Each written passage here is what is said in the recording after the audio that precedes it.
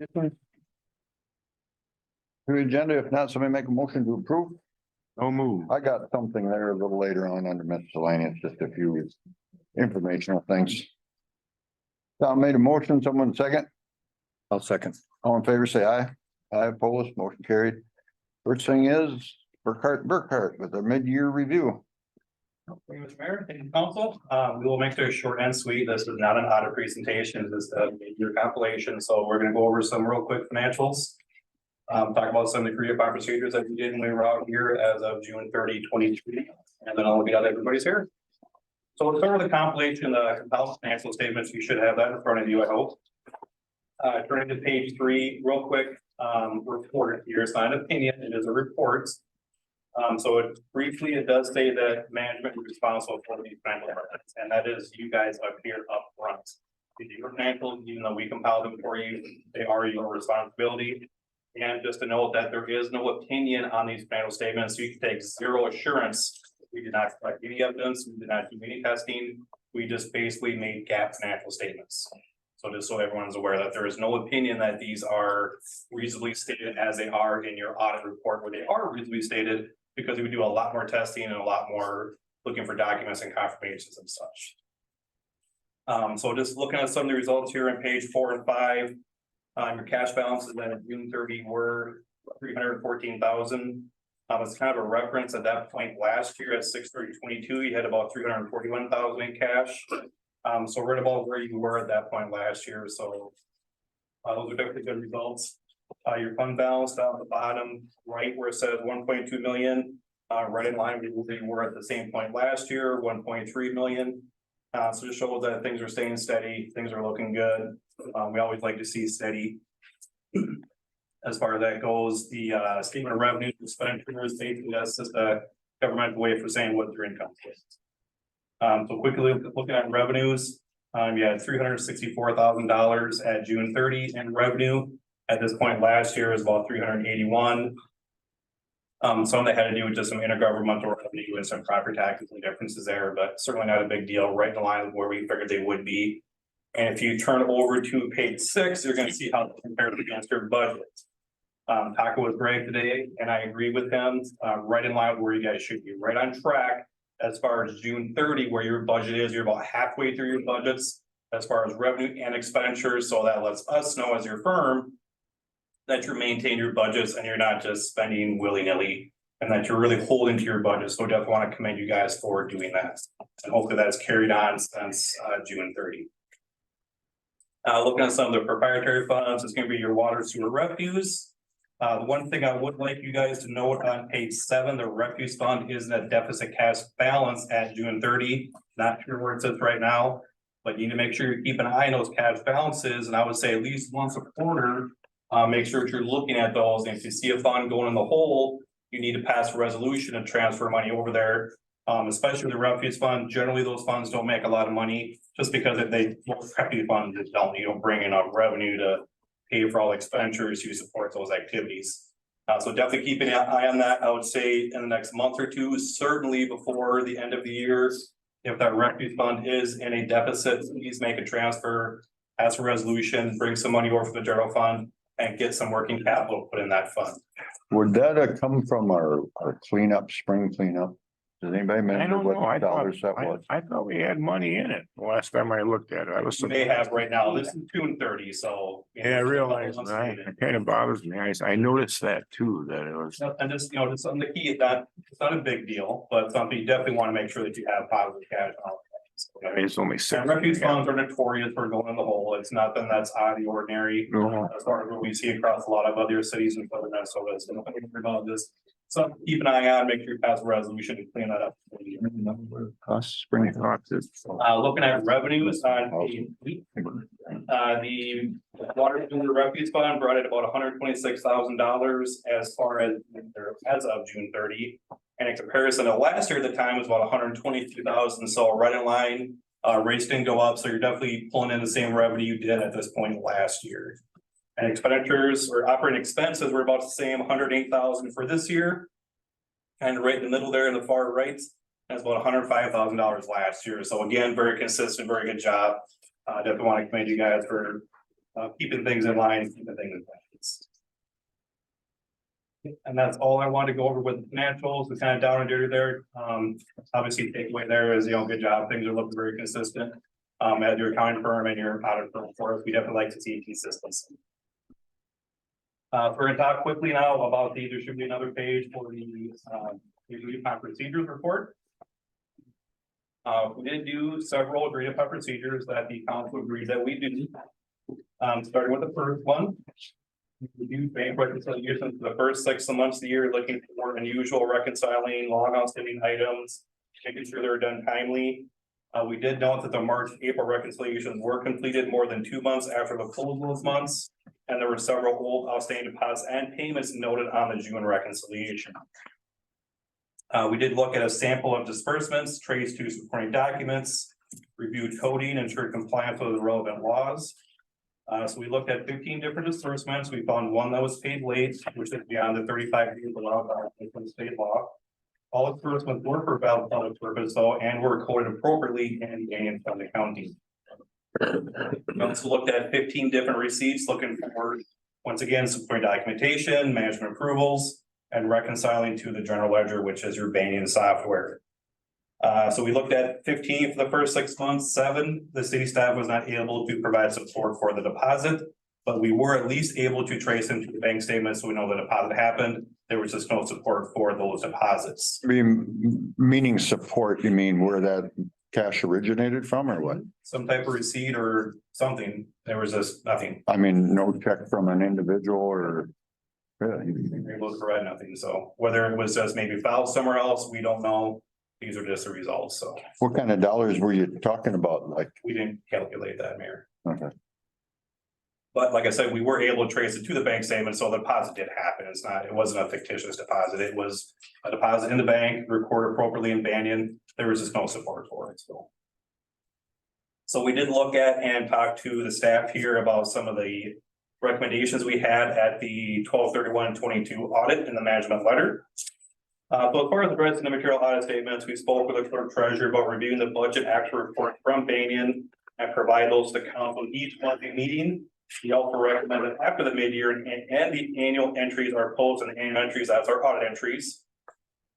A review be done to see if Banyan matches with the compilation and or audit reports. To address the internal control policy, the clerk treasurer stated that they were in contact with the League of Minnesota Cities. Update their policy, current language as necessary. In addressing electronic fund transfers, the clerk treasurer has just taken over the position. The city is working to get the needed approvals in place. As far as payroll processing, the city has not taken any action. We recommend the city adding a standing agenda item to review payroll deposits are being made and recorded actively. On the back side of their reports, we did review the operation of Banyan Fund accounting software to ensure best practices are being followed. Allow for accurate reporting, more efficient monthly closeouts. The clerk treasurer is using labor distributions for payroll, external batches for UV for payments received. Sales factor reports and utility billing program are being used correctly.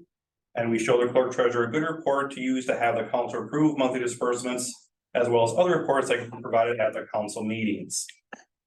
We looked at all the journal entries for the first 6 months of 23, Tracy supporting documentation. We found no exceptions with those procedures.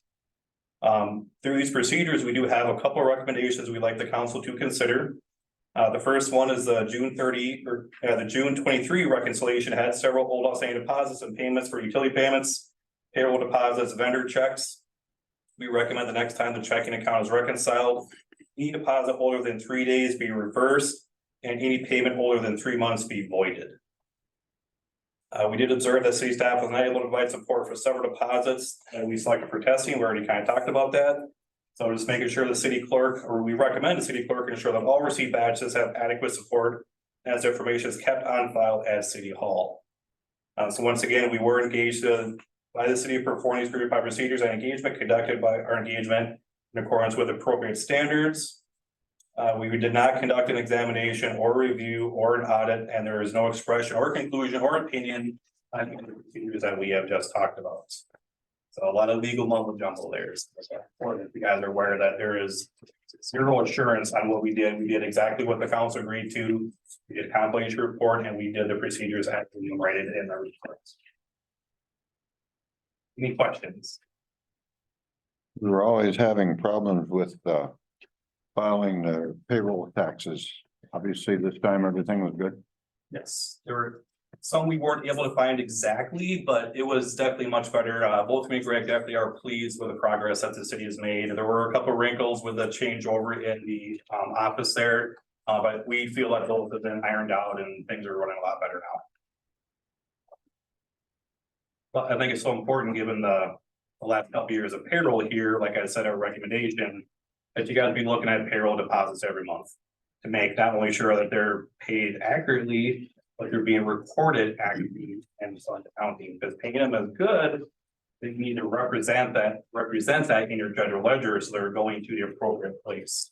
I think we talked about that in the year, and I think we got a good handle on that. So you could print off a sheet probably for the payroll, right? Yep, it's called the payroll summary, and I think Sue, I think we showed that to her earlier here. Packet. That's in the packet. Yeah. I don't tell you exactly what your deposit is. I mean, there's gonna be some pennies. I mean, there's always rounding, of course, when you're dealing with programs like this. But it'll give you the exact deposit you need to make on EFT. It'll show you exactly how to break down that fund account. I seen it somewhere in here. This one. Here we go. Yeah. If I can see, yeah, that was right. Yeah, from the bottom of past the 941 deposit. The federal deposit. Oh, yes, they do a deposit on there as well. That's. With that, which doesn't have anything to do in my notes here. We need to have a record as a council for hours earned, hours taken. You know, we used to get that years ago. And you know, because we're overseeing everything, right? Yeah, you're ultimately responsible. Yep. So I mean, we don't see any hours earned, any hours taken. And I asked Sue if she ever found that sheet. She hasn't found it yet. Haven't been able to locate it, no. So, Called the payroll register and payroll. Okay, Are you looking for like how many hours of first? well, yeah, well, you know, when they earn them for pay period. Yep. And then when they're taken and are running balance, you know, For the PTO, you're saying? yeah, yeah. Yep, that should be on the payroll register. okay, There's a report you can pull in there. It's in the report rater. It's called the Yep. payroll register. okay, That's the one that would show you all. Because since we're all the personnel, somebody should be seeing, you know, that, and there were clips signed, you know, when people want off a day, you would sign it, you know, well, then that has to, coincide with days, number of hours taken off of the balance, you know. Mhm. So just a little more in-house accounting Yeah. on our That's a side. good idea to keep track of that stuff. Yeah. Because the payroll program should run the way it should be, but, you know, redundancy is always a good thing. And saying, does this make sense? So we ask ourselves that all the time in our office, what we looking at, does it make sense? If it doesn't make sense, then find out why. There could be a very good reason why it doesn't make sense. Or it could be that something's not relevant. All right. Anybody else with questions?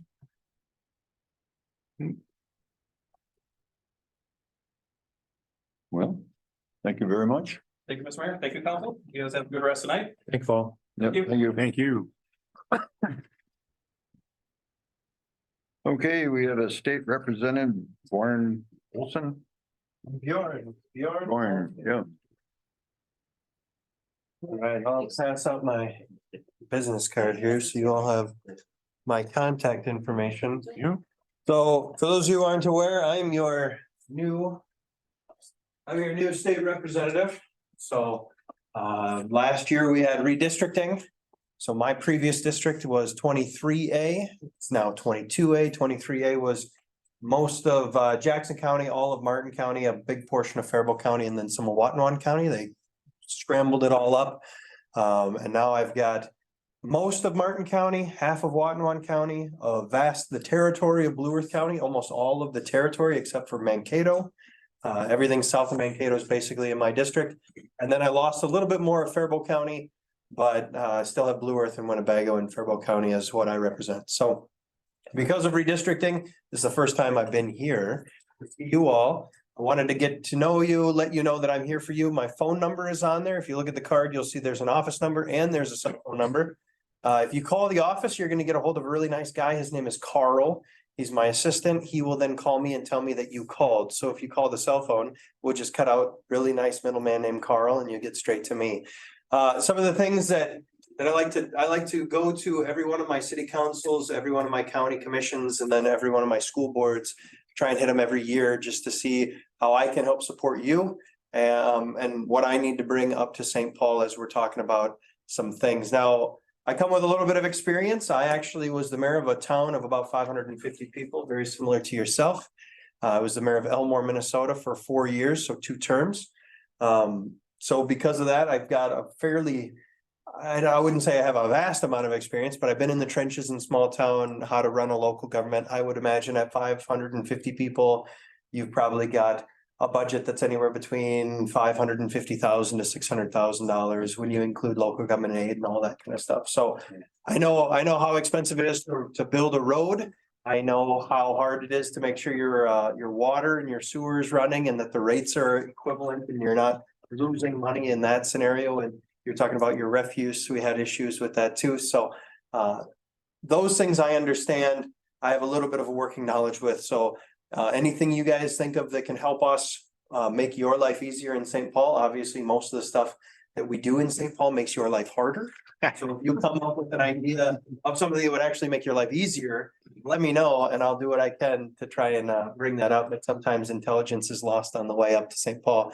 It's at least what I've found to be the case. 2 words, more money. More money, yeah, I don't know. Yeah, I levy the levies, so. We've seen some taxes get out of hand, especially with the property taxes recently, how people have seen their property values explode. And then I bet you had some conversations with people who are looking at their property saying, you're kidding me. Why do I have to pay more money this year than I did last year? Or I'm on a fixed budget. We have had a hard time this last year trying to figure out the root cause of why that's going on. Because it's the way you all know how it's supposed to work, where you set the levy, it's at this value, and then the percentage based off of the property's value. Well, why is that getting, why does this person's increase 38% and this person's only increasing by 7%? And the house is comparable. They look comparable and they cost. We're trying to get to the bottom of it right now. It's Who regulates Yeah, I that? was just gonna ask that question. Who regulates? yeah. Is that per county seat? Yes, so the valuation of the house, like your property is valuated based off of your county assessor. The county assessor is gonna go through and make sure every 5 years they go through and look at your house, whether they go inside or outside, that's your choice. But then they assign a value to it and they report that to the state. Now, right now, my aunt is actually she's the county assessor for Faribault County, and she's had it with the state of Minnesota. Because with the current values of houses right now, the state will require you to be within a threshold that they say is right. So you have to be between 90 and 105% of what they determine to be accurate. And she's sitting here saying, there is no person in Faribault County who would be able to get this amount of money for their house. And yet you're telling us that it has to be valued at that. There's where it And comes. so she has been pushing back very hard against the state, and the state's not budging on it. She's saying there is no way that a house that looks like this place equals this. And the state says, if it's not within 90 to 105%, I think it's 105, I know it's 90 at least, of what the state is determined is right, then you're wrong and you get in trouble. And so my aunt has had it with that. Well, the reason is the more money, the more valuation they put on, it's more for the county and more for the state of Minnesota. Well, but it's the same, you set the levy the same. Yeah. The levy, like if the city of Good Thunder needs $600,000 to run, then you're gonna go and you're gonna divide that amongst every property owner in the city based off of their evaluations for the properties. But it's out of hand because of what the state is telling the assessors they have to have for the value of their properties based off of their magical equation and algorithm. And so we actually had a kind of a subcommittee this last session that actually dove into property taxes. That was all they were determined to do. They still didn't get it right. The best they could come up with was $200 and something refund on your taxes. Like, oh, sorry, you homestead, here's like $200 back or something. That's what they're looking at right now anyways. So in charge of that, is there your committee? Is there a couple individuals? The Or committee lead is Dave Lesligard. He's from up there in Chisholm, so northern Minnesota. So he's the lead for the property tax committee. But what I do up in St. Paul, I've got a little bit of experience in a couple different committees. I serve on the transportation committee. So if you you got some money in 2021 for your small city roads. That was a bill that I had authored and got something like $12.5 million for small cities. It was a small drop in the bucket. We didn't fix the problem in 2021, but that was something that I was working on in the Transportation Committee. I serve on the Tax Committee. Don't blame me about your taxes. I voted against all that. And then the last thing that I serve on is the Veterans Committee. I'm actually a captain in the reserves right now. So have 10 years in the military.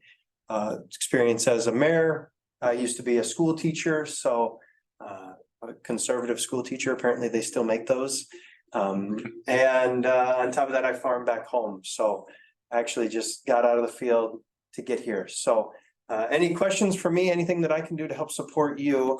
Like I said, I'm just here to say hi, tell you that I'm here for you. There's my phone number. Give me a call if there's anything that I can do for you. We've had some success building roads. We've had some success with water recently in this district. We got $13 million from Adelia to fix their road and infrastructure on one entire city street. We got $4 million for Sherburne to rebuild one of their roads. We're working on some money for Louisville right now. We're working on some money for Blue Earth. So if they're, look out, do your 5-year plan, look out far into the distance. And if there's something you think the state of Minnesota can help you pay for, I'm more than happy to take money from St. Paul and bring it back and help us, right? That'd be great. Vernon Center is like 9-10 miles away. Yep, we got their $10 million fixed for. Okay, this next year. So all that's served on this council for many years has been very, very conservative. We have zero debt right now, right? And we have money in the bank.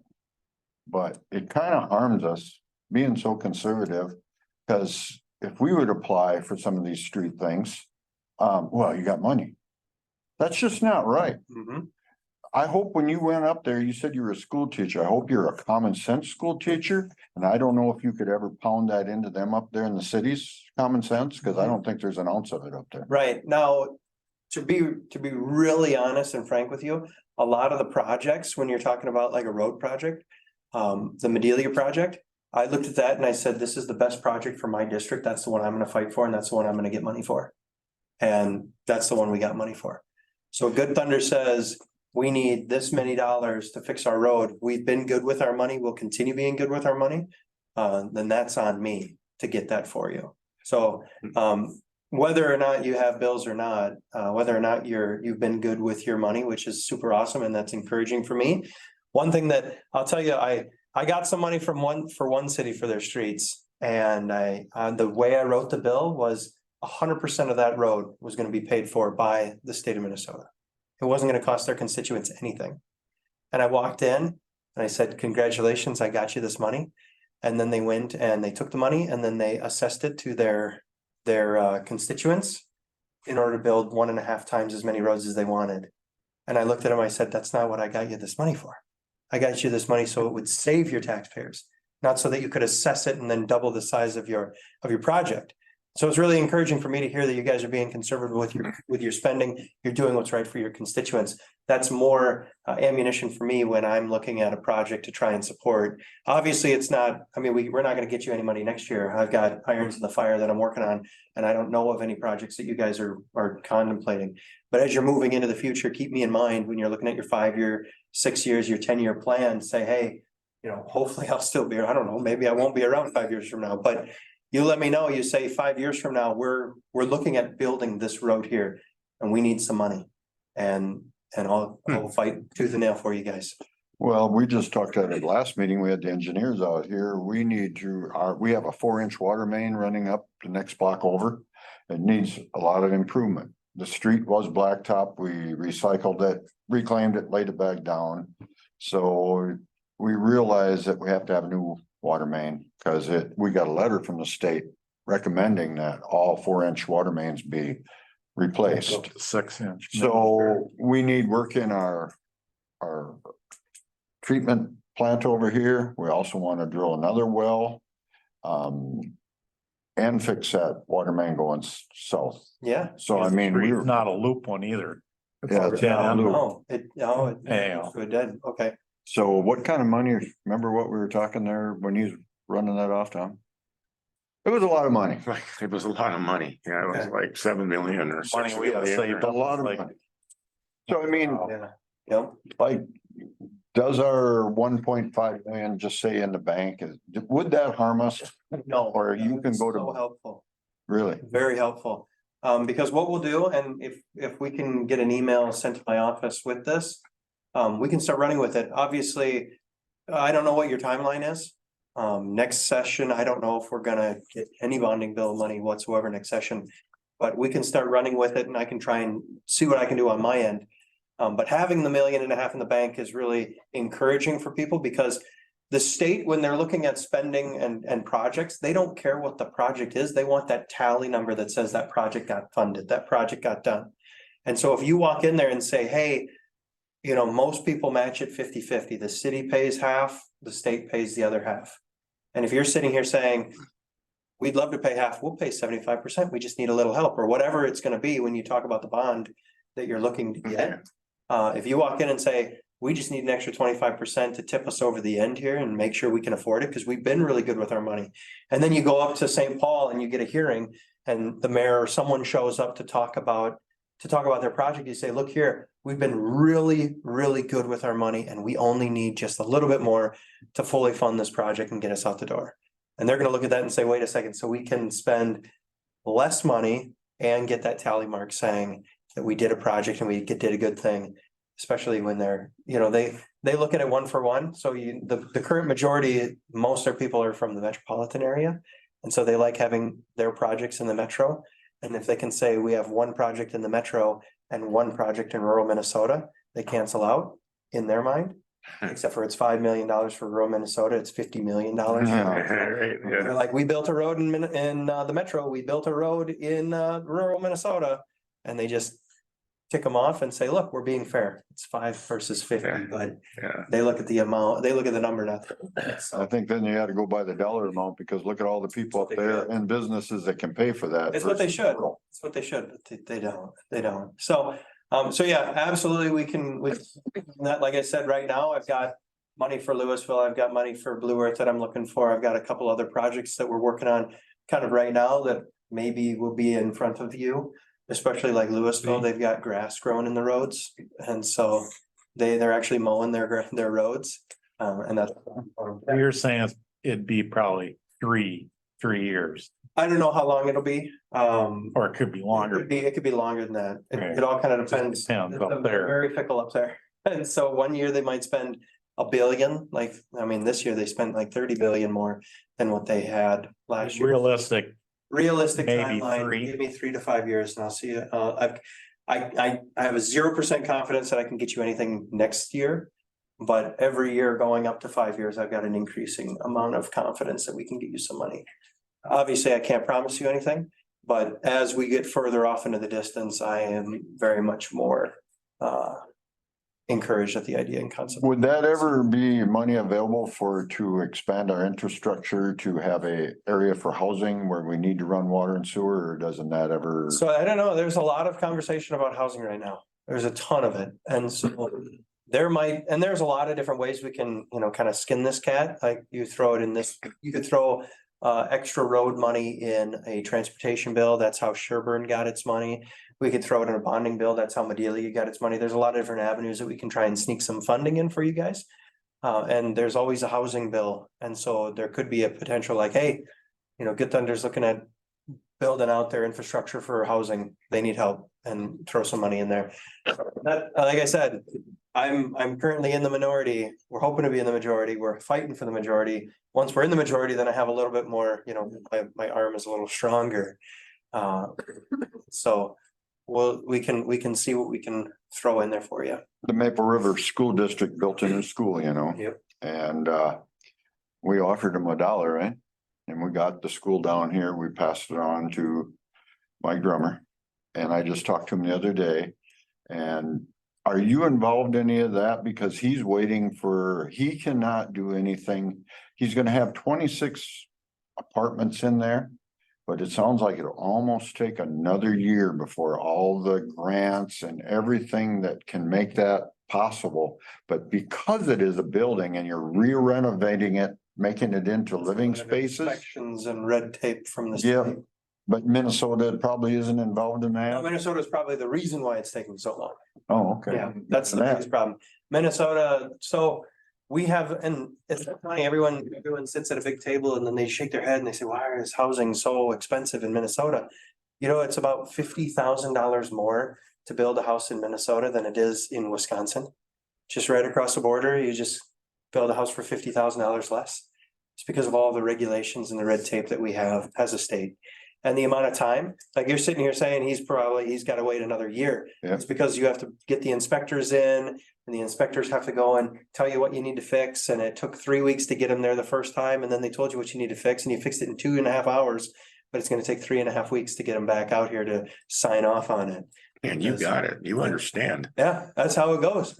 And so it's just a mess and it's a problem. And they just shake their head and say, what are we, why is it so expensive? It's because of all these inspections, these permits, and that stuff is important. It has a place.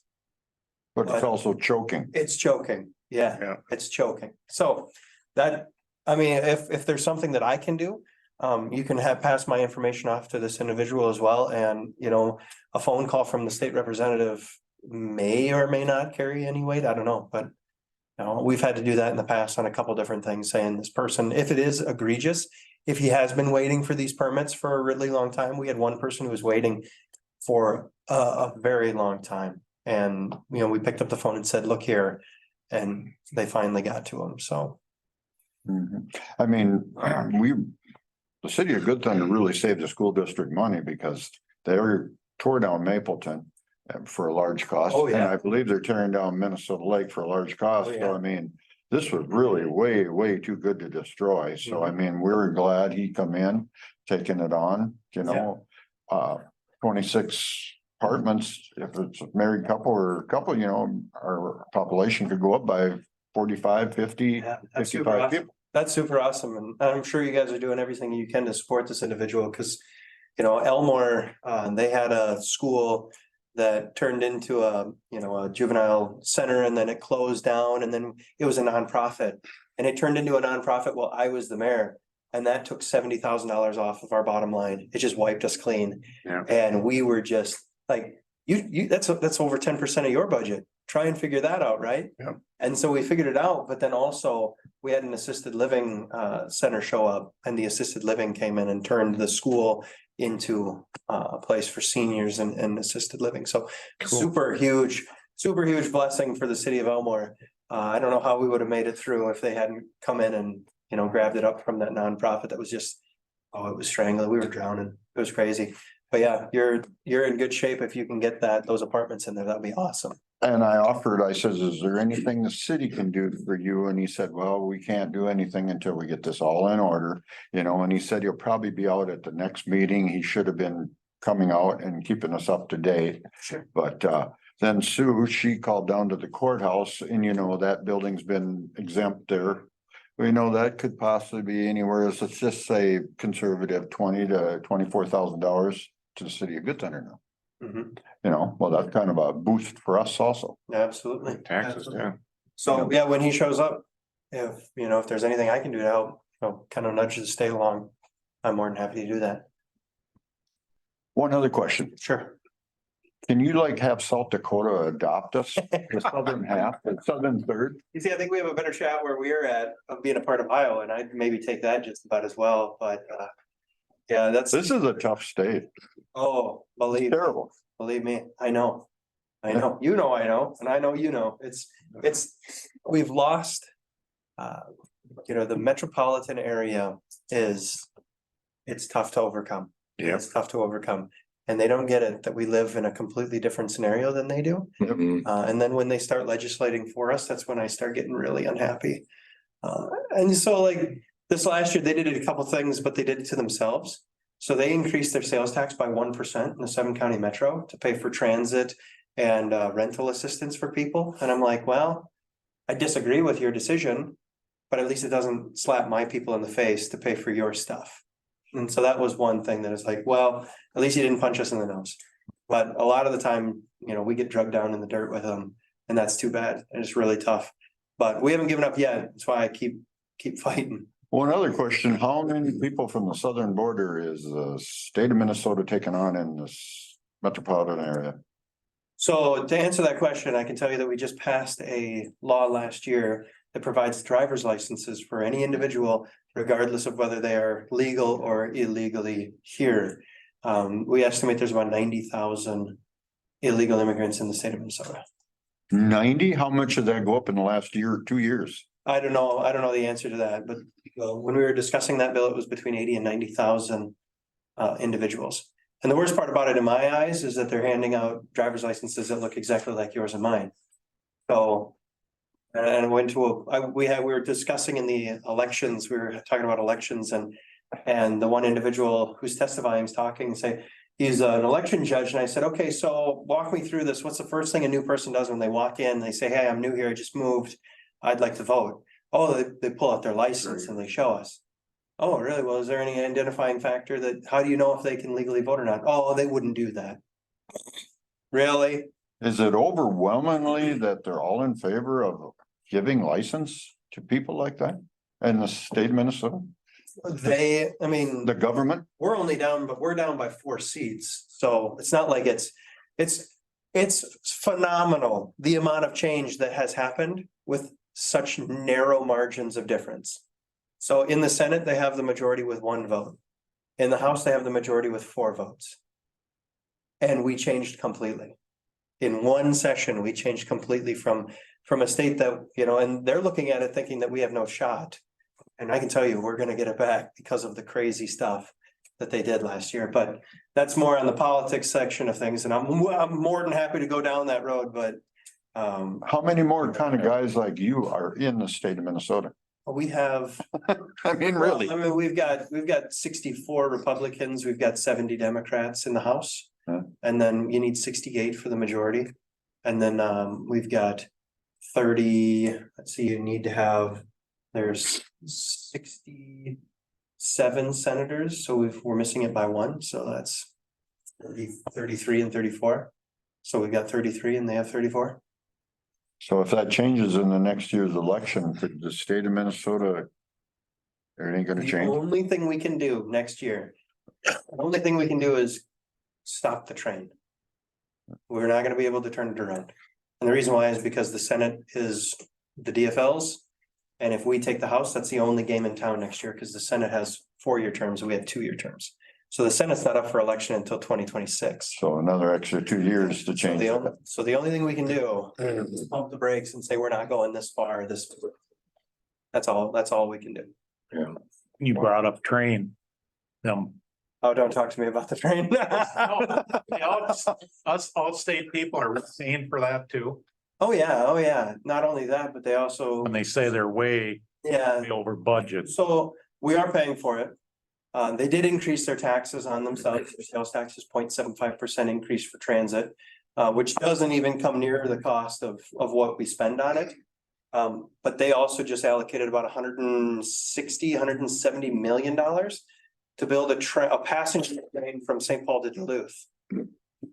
Yeah. So, Everybody in southern Minnesota or outstate's gonna pay for that. yeah, we're paying for it. Yep, we're paying for it the same share as anyone else is, and no one's gonna ride it anyways. No, That North Star rail that goes up north. We're subsidizing the state of Minnesota, every taxpayer, we're subsidizing by. At its worst, it was like $2,000 per ride. Cause it costs a lot of money to maintain these and there's only 40 people riding a day. You're running a train, an entire train, and only 40 people are riding it. Get a bus. Yeah, oh yeah, no, it would have been cheaper for us to buy every one of those individuals a car. yeah, You'd be like drive yourself. It would have been cheaper. But instead, that's the problem with all these wild ideas, instead they just keep burning it. They just keep burning the money and then they say, well, we'll have to pay the federal government back if we pull out. Well, when you're losing as much money as you are, what does it matter if you pay it back? Right. Pay back and you'll finally be done with it eventually. Yeah. But they love their trains. They're like little kids in the basement playing with their trains. That 90,000 people, is the majority of that still in the metropolitan area because No. Hmm, maybe in Elmore, have you seen any of that there? We have not seen any here. Not a huge influx, no. It hasn't changed the numbers and the percentages. I mean, this district's 10% Hispanic and, you know, we do have quite a number of legal people here. So, Yeah, and they're wonderful people. yeah, they're wonderful. Absolutely. And our economy depends on them too. Absolutely, yeah. So I haven't seen any spikes anywhere. It's Okay. not like, but that's the fear, because the driver's licenses for everyone just came out. And so we don't know if it's like, you turn on the welcome sign and say, come on over. The water's fine, come get your license here. We don't know. Because it just happened. Like just 12, 15 minutes north here, Mankato, you don't see no big influx there or? I mean, not that we can add to this, because it's so new, it's so new. Yeah. But we'd be able to tell you, next year, the year after that, if things change, because we're only one of. I think there are 16 states in the country that allow illegal immigrants to drive. When they don't check their status or anything. I mean, if you're a legal immigrant, you can drive, you just have to provide the proper paperwork. It's like, when I went over to Europe, I just showed them my license and they gave me Yep. I was able to drive. Do they realize in the state capitol by giving those people's driver's license that a lot of them probably would be driving uninsured vehicles? So their argument is that if we give them a license, they can then get insurance. So if you don't have a license, you can't get insurance at all, no matter how much money you would offer them. And so the argument that they have is if we give them a driver's license, then they can get insurance. But will they? I don't know. We'll see. We'll see. It will. Wow. So, Well, I'm anything else before? I'm afraid that's gonna be just a real hardship on the good folks that have been here and who are here. When this big influx does come in, it's gonna look bad on them. And it's gonna be unfair to them because they're the ones that have been supporting our economy for so long. And the thing that concerns me the most is. So first they give you a driver's license, the next thing that they're gonna do is give you health insurance. And then we're gonna be paying for their health insurance. Cause health insurance is a huge cost for every person, no matter who they are. And now we're gonna tell people, hey, come on in, we'll subsidize your health insurance for you. Because most of those individuals, because they're not here legally, they can't go out and get the $180,000. Someone could come here illegally as a doctor and they can't be a doctor because they're here illegally. And so those jobs don't pay the amount of money in which they can completely pay for their own healthcare. And so that's going to be a huge cost to our state government is when they start talking about, and they've already started to talk about it. I think next year we're going to look at very seriously at healthcare. But then us, white collared workers that do have businesses or work, we don't ever qualify because we make too much money. Well, who do they think made that money available to the state of Minnesota to give it to them people? Yeah, okay. I know exactly what you're talking about. So the state of Minnesota, I actually get my health insurance through the Army, which is the only reason I can afford it. Basically, it means everyone kind of asks me, when are you going to get out of the Army? And I tell them as soon as I qualify for Medicare. So I'll be a 65-year-old soldier, and they'll kick me out before then. But otherwise we can't afford it. My dad, he farms and his premiums would be $2,500 a month. Huh? So, and he's 60. So I'm like, Dad, you're going to pay $2,500 a month for the next 5 years because we're not going to let something crazy happen and then we lose the farm. So. Right. This state is run very poorly, I agree. very poorly. I agree. Rather than give all the money for insurance to the people we're talking about, I'd sure much rather that when the NPCA decrees that we're going to have to do something that's going to cost thousands upon thousands upon thousands of dollars, and here's the deadline, make that or not, they should make that funding available to us. Oh, yeah. And it would help the whole town. But it's not even just the NPCA. You're talking about every entity. So like the Department of Justice, they sent Martin County a letter that says your facilities are old and outdated. We're going to reduce you down to a 90-day holding facility unless you build a new jail. So now they're talking about spending $40 million for a new jail. And then on top of that, you're talking about a school district being, there's a school district in the county that's looking at building a new school, talking about all these things. Eventually you're like, you start tallying stuff up. The needs and the wants of the community are like $180 million. And the requirements that And the the requirements, state puts yeah. on them. And they're not gonna give you a dime for it. They just say, here you go, do it. Just do it, yeah. Yeah, pay for it, figure it out. Just tax your people, just raise the levy. You'll- Yeah, right, just put it in the levy. What do you think about open enrollment in school districts? Is that a good thing or a bad thing? Yeah, so, what we've seen, there's a couple people who fear that if you give kids and parents choices, you're gonna, pull them out of a decent school district, they're gonna lose funding, and then that school district's gonna decay away to nothing. That's actually not the case. We've not actually seen that in any state that allows individuals to choose where their kids go to school. Actually, what it does is it's very capitalistic. It increases the competition between schools. And so they find their niche, they say, this is what we can offer. And people who want that for their kids, send them there. I talked with the superintendent of Fairmont recently. I said, what happens if Minnesota allows every kid in the state to go where their parents think that they should? And he says, point to another school that's as good as ours. Within a bus drive, and so people go and if they want to go, great. And if you're not good enough, get better. Yeah. Well, what I see happening is, I know the bus driver that goes to Mankato, and there's 25, 7, whatever, from that area to Maple River District now. Okay, so that school gets maxed out for numbers in 2 years. Mhm. And they want a referendum to build some more school. Lots of people in the district are paying for them, they are not. Mhm. They get their money per student from the state to run the school. But why should we have to pay more money to build a bigger school? Because of all the people coming from outside of the school. Yeah, Oh, yeah, that makes sense. to that's me. wrong. It It is. makes sense to me. MCW over there in western portion of Martin County, they're looking at building a new school. And so we've been looking at some of the ways in which they assess the property taxes for the purpose of building a school. And when you're talking about like an operating levy, the state, you don't pay taxes on your farmland. You basically just pay it for your house, your garage and 1 acre of your property. When you're building a new school, everything's taxed. Well, see, they've redone that in the state here in the last, how many We years? exempt 70%. So you're still paying taxes on 30%, which Yeah. is a phenomenal sum of money.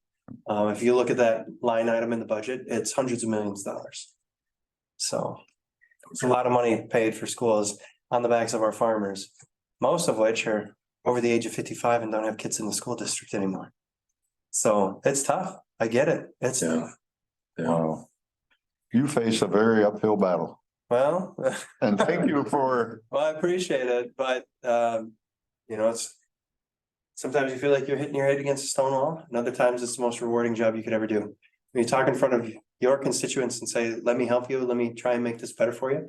That's what makes this all worth it, even though when you're up there and you're slamming your head against the desk thinking, are you serious right now? Have you lived a day in your life that you think that's a good idea? They're not that old. They're not that old. There are people who are 3 times older than me up there, and I'm like, where were you educated? In what world do you Yeah. find yourself in that you think that's a good idea? It's just, it's crazy. It's crazy, some of the thoughts that people have. oh, wow. Yeah, Okay. there's some people who, they're old, but they were born yesterday. They were born yesterday. So, anyways, thank you. I've spent a lot of time here. I appreciate the Yeah, conversation. but it was very informational. You're Yeah. very good at it. Well, thank you. I appreciate it. Let me know how I can help you, okay? Okay. Yeah. Thank you. I will send you that. Perfect. Thanks. Thank you. everyone.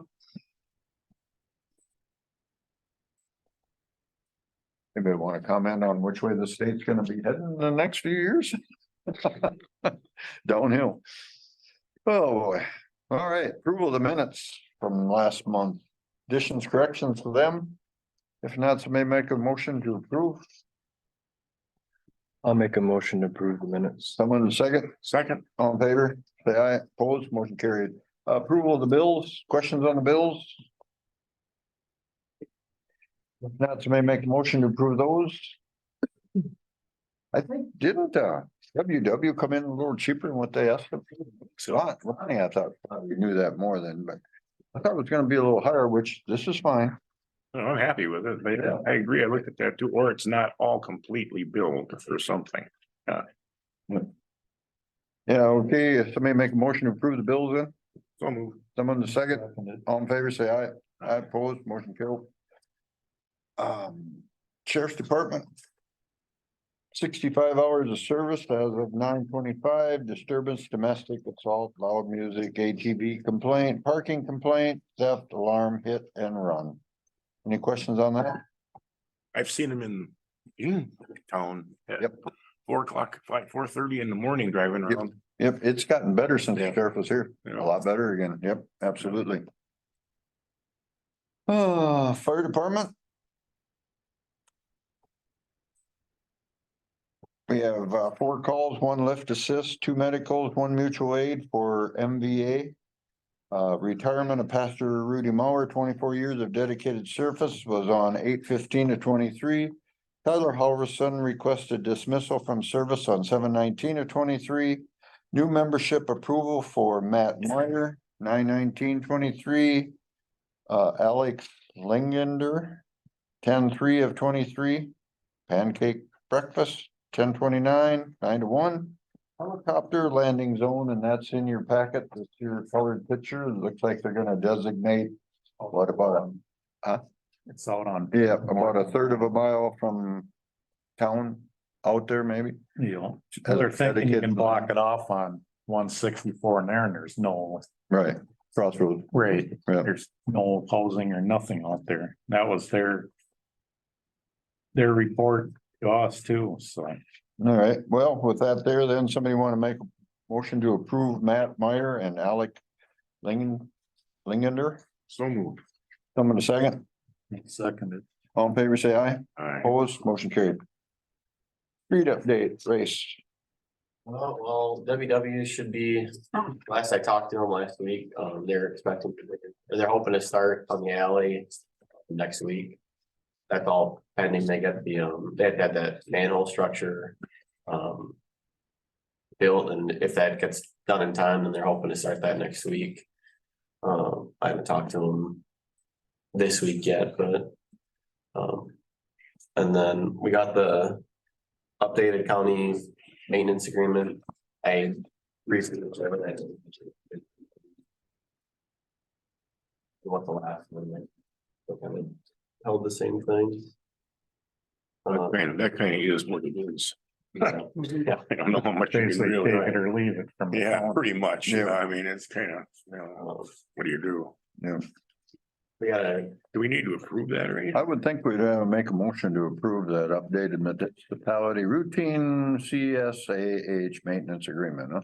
I'll make a motion to approve that. So that we get that done. Tom made a motion, someone a second? All in favor, say aye. I oppose, motion carried. we're hoping to get trees finished up here. Taking a little bit longer than I was hoping it would be, but hasn't done for a long time, so. We have most of the town done now, It's just really the. Looks like a blacktop roads and a little bit on Sherman that we haven't got to. Let's see, we gotta figure out what to do with the sidewalk, kind of waiting to fill that hole in until I know. What we're gonna do, because I don't wanna fill it in just for them to come through and Take it all back. take it right back out, it's gonna be easy for them to do. I mean, I think the bid is in there. To do the whole, it's from the stump to the city hall. Yeah. Who's it from? Pile.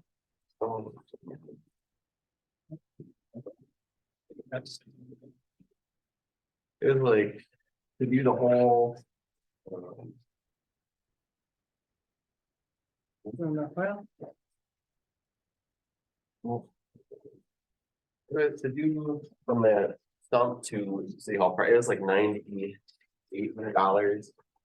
I mean, that's what it's 50/50 with the county, I think. That was redoing that chunk of code too. Yeah, it's then redoing, they doing the curve, the approach. Everything from there to here, And that's the whole thing. not the whole length of the sidewalk, just where the gravel is. So just right where the stump ended, that was the red. 9,800 just right there? No, for the whole, Oh, sorry, from the whole stump sidewalk, to the city hall parking lot. I think it's Yeah, like that's one what I meant, section, yeah. to the north of the stump. Yeah, it's We're like, looking. yeah, Would we be going to this house's property line?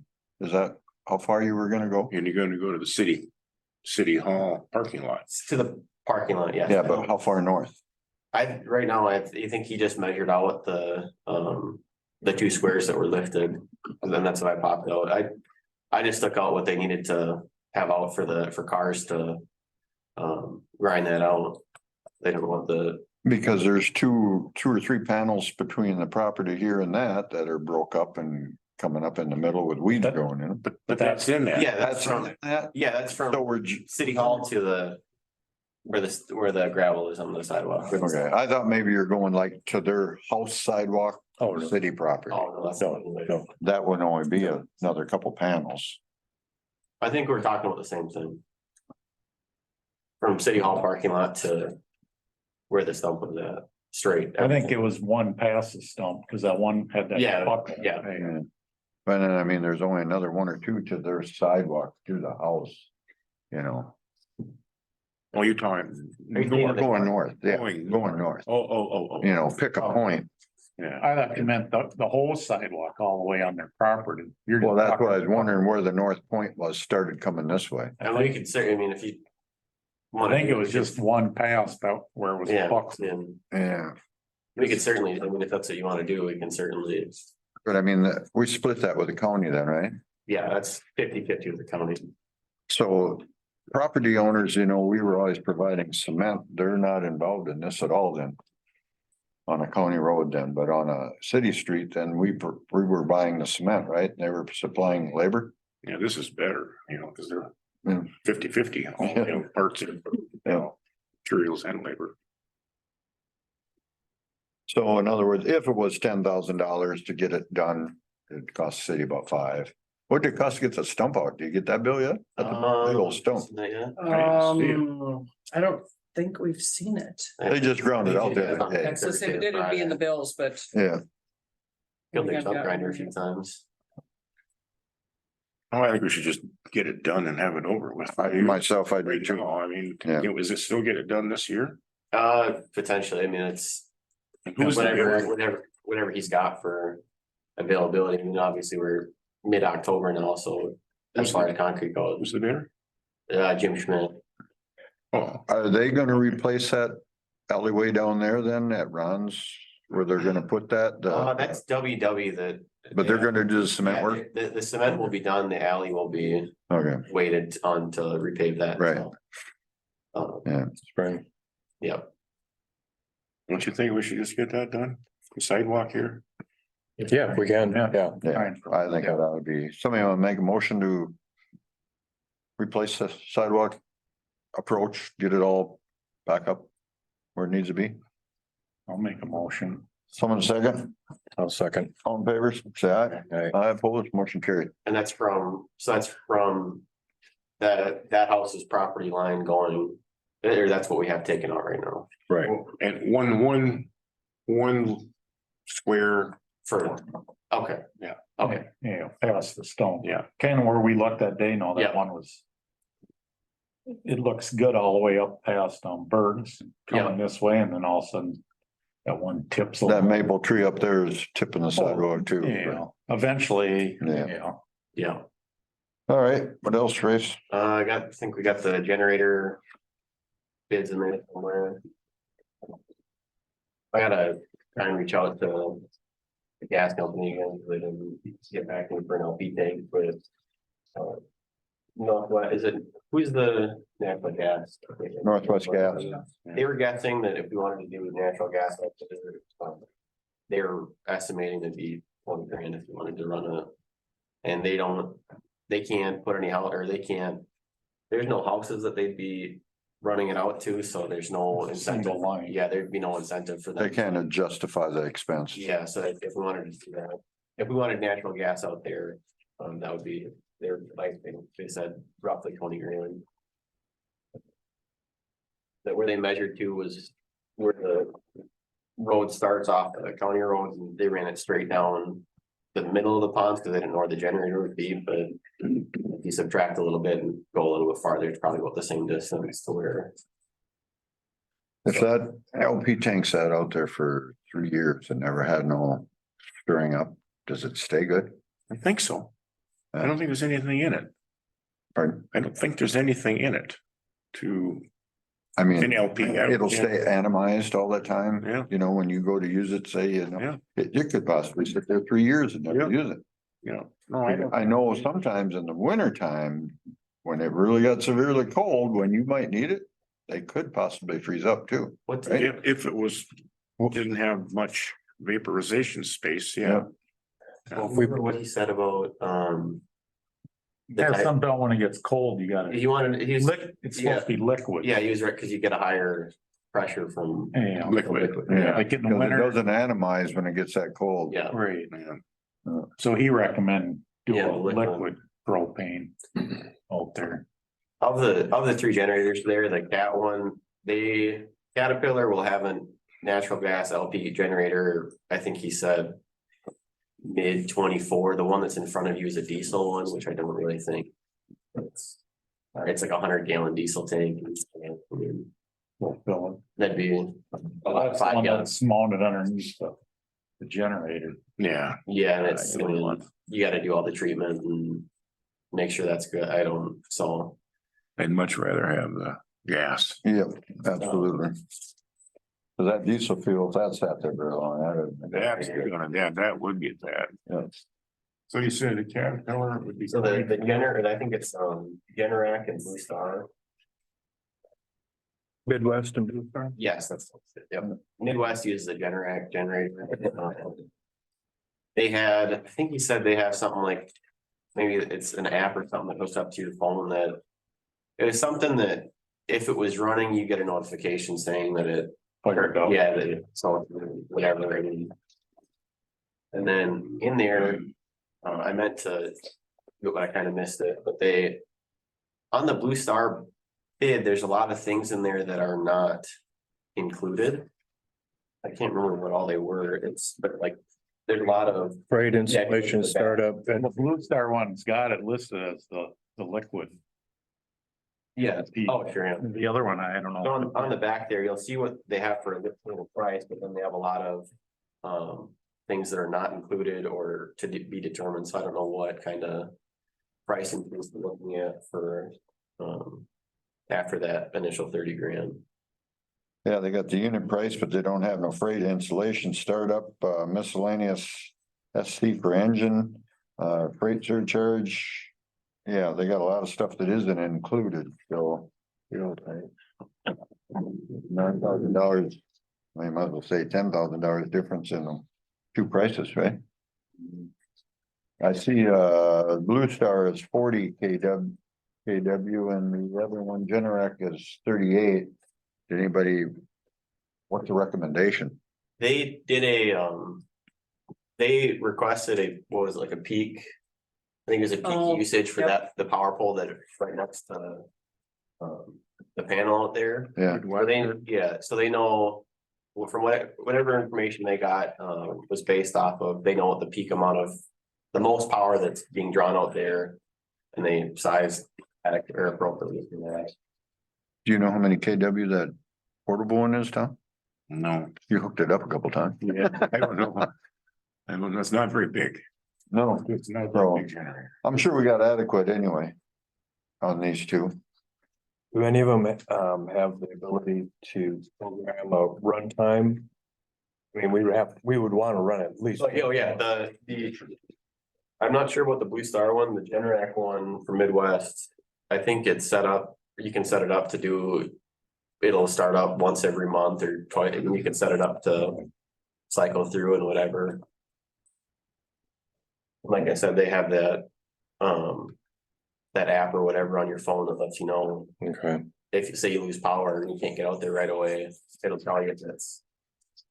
And lead time wise, the Blue Star one was, I think, at the time we got the bid was 40 weeks out. And this one, they're guessing to be 15 to 20 weeks, so still a while. I mean, it's not gonna be full delivery end. Would they be putting this back by the panel? Or would they be putting it up there where that first pole comes in to service the lagoons? You could put it If it, I mean, I assume it's the same as the Blue Star one, they said you could put it wherever you want, you know. You recommend not fencing it in. Well, I would think you'd want it right close to that pole that's coming there, put your switch right on there and then just feed it from that pole north to the lift pumps and stuff. Well, he said, so you could put it anywhere, it's just a matter of if you wanna run, the farther away you get from the You gotta generator, you gotta up the- up the gauge of the wire. That's right. Yeah, but I mean, they can't use the existing wire and just throw the switch. They wanna run another set of wires to the generator? Or to the panel? Is that what I take? Yeah. Well, then you'd want it close to the panel then. I think if you could put the LP tank down on the lower end of that hill.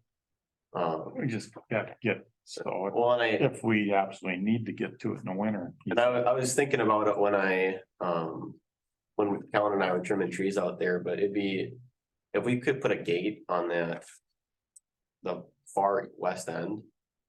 That you could get in and out of there easier.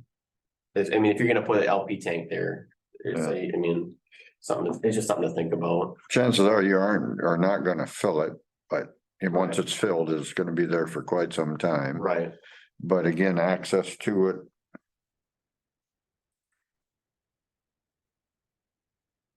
Which one do you recommend? Personally, I mean, the Generac one seems. In my mind, a little bit, but I mean, if you have the ability to. To run on its own, that's one less thing you have to do every month. Knowing on your phone when it goes on, that's really appealing to me. Because that kind of puts out some of the uncertainty. Like if, say the Blue Star one wants to turn on, you still got to run out there and make sure it's turned on.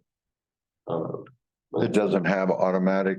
Well, it'll turn, say something goes up, if you lose power and for whatever reason, the generator doesn't start. You won't know. You'll know, so you can, instead of running out to check if the generator's on and you get out there and it's off, you have to run back, get the tractor and drive out there. If you know that it's not turning on when you have power loss, you can drive over and just get the tractor right away and bring it down sooner. And I mean, this is just speculating, but I'm gonna guess that the additional cost that they add on to the Blue Star one's probably gonna be comparable by the time you get by the time you get to that point. Do they provide the electrician on this, or do we have to have our own electrician do the disconnect and run all the wires? I believe Generac sets that up. The guy that came out was that did the bid was an electrician, so I imagine that they have their own, but I can certainly double check that. Here it talks about it, but I believe they have their own. Says complete electrical work, branch circuits and Yeah. generator feeders. It's in the bid. yeah, And the Midwest one says Yeah. generator system within 25 feet of existing electric switch gear. Yeah. And that's all in here. Transfer mounted next to is the. there a local one here, this electric generator? I don't, Is it all the cities? I think it's out of the cities, but they come, How did you get a hold of them? Google, I just looked up generators and I just happened to come across them, and they said they're all over the state. I mean, they're everywhere.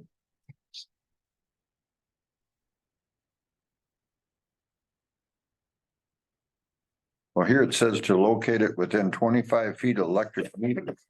Where is the meter down? Is it on the pole? It's on that. Is it on panel, that Yeah, panel? over that, on that stand that the panel's on.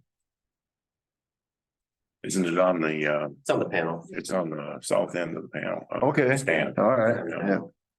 So yeah, here it says within 25 feet of electrical meter, so you gotta put there. I'll only need 100 amp disconnect. Automatic transfer. Probably. That'll work. 100 amps, that's like that. 3-phase. Yeah, that's right.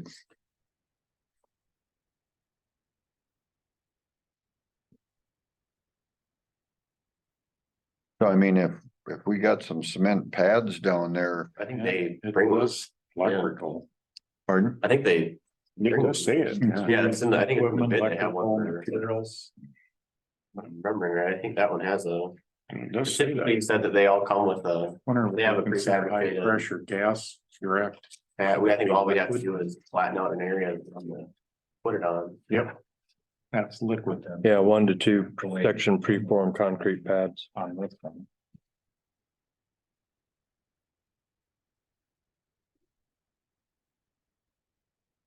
I would agree that that Midwest bid is the most complete bid. Yep. Looks to me like that's pretty well got everything all done.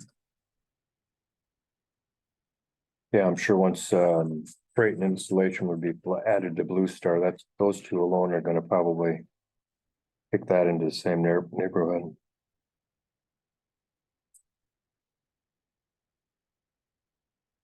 And it says prepaid freight, job site is included, so. Yeah, I mean, is this something we want to get done this fall? I sure think, oh, it'd be sure nice if we could. I don't know if it'll happen, but you know. Like I said, it's. When I don't even remember when they came out, because it took a long time getting the. Information for them from Excel, but. At the time, they said they were looking 15-20 weeks before. And. I mean, if they say they had everything ready to go and before the generator showed up, and then they could just pop the generator down and hook it up, then it could probably.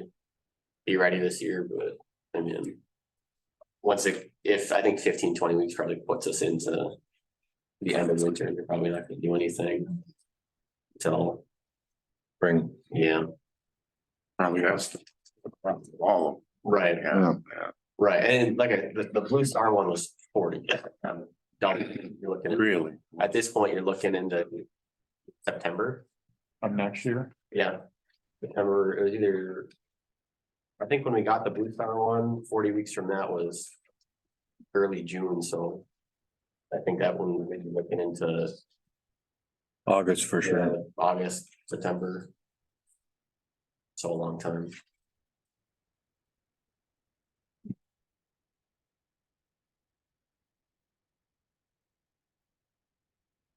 well. We, a Midwest is good for 30 days, so. From 9/12.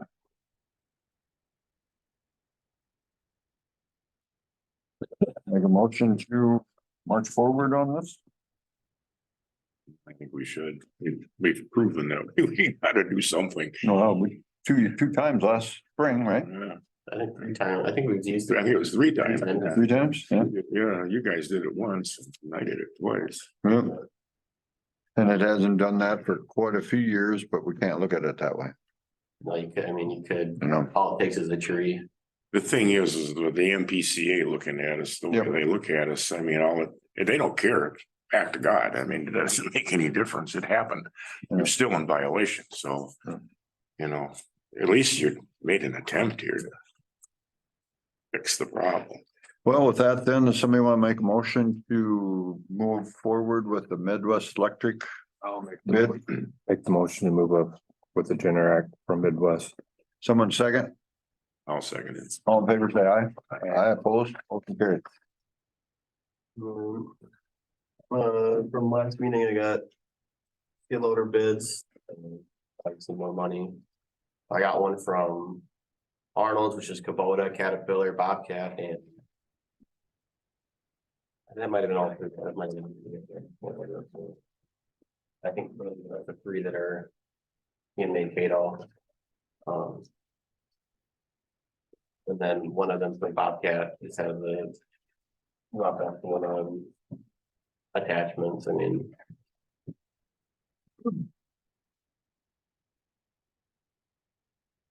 The first, I mean, the skid loader, I mean, I think the Kubota one was the cheapest at 67,000, I think.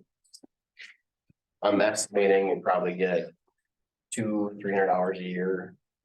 And. Over 10, they hold their resale value, looking at, I've been watching the used market. For a while now, and things with 3,000 hours on them are still selling for almost 40,000, so I think the attachment for the most part, you only have to buy one, so.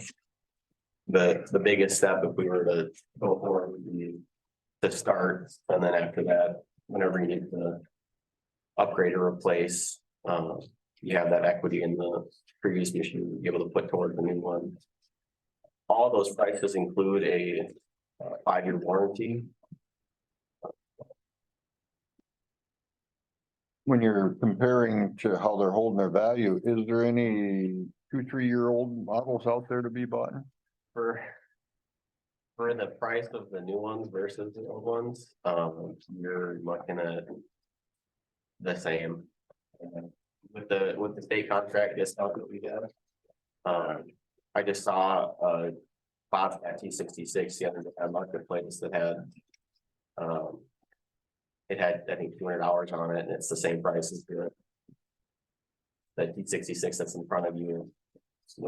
And that one has more options and a 5-year warranty. So right now the used market is just sold.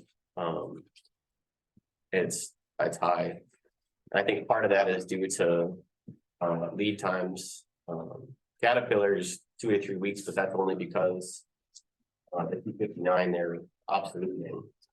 They're not obsoleting, but they're discontinuing it because they're going to their next gen. And then outside of that, the rest of them are that 4 to 6 month range, and then they can, but if you get it, then they can, as they come in, they can pretty much pick and choose if you got one or not. I got, sounds explained to me. Any of them got a snow bucket? Cause you know, the little bucket they come with. Yeah, on the attachment sheet, the attachment sheets from Bobcat.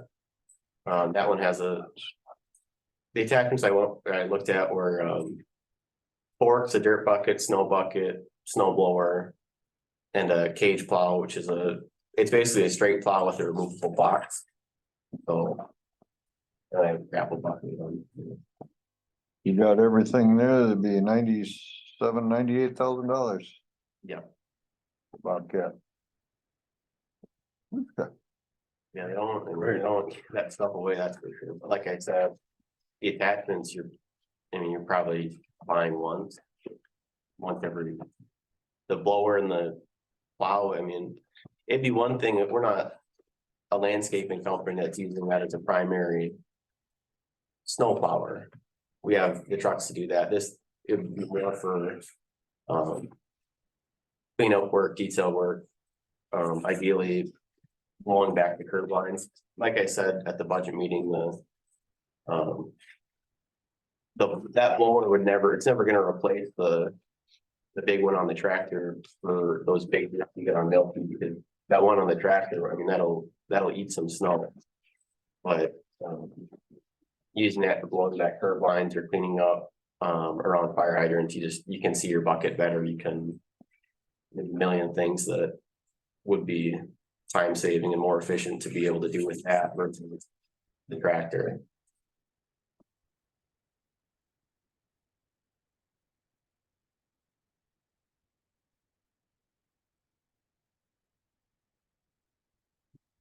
So really and truly, the Bobcat bid is would be $62,782. If you're taking off splitter, is that including That would include that gold package? on the back side? It says I think the Bobcat was 71. Oh, yeah, okay. Well, you put it this early. Yeah.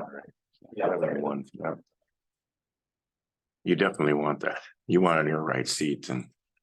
Right, they're all Review camera. yeah, they are all spec the same way. Now, they're not exactly the same. Well, you're right, they're not. I know like the Caterpillars that's a full-time rear view camera.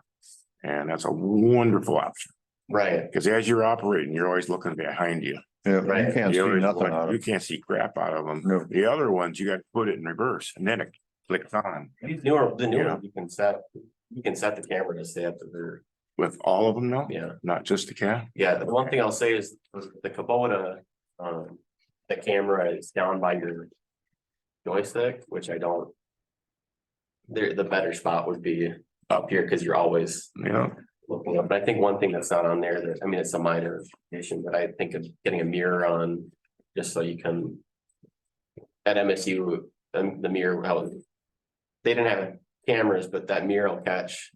If some kid would come right behind us, you could catch that quicker than you could see a camera a lot of times, so just getting a mirror in there too would be, but that's a minor. A minor thing.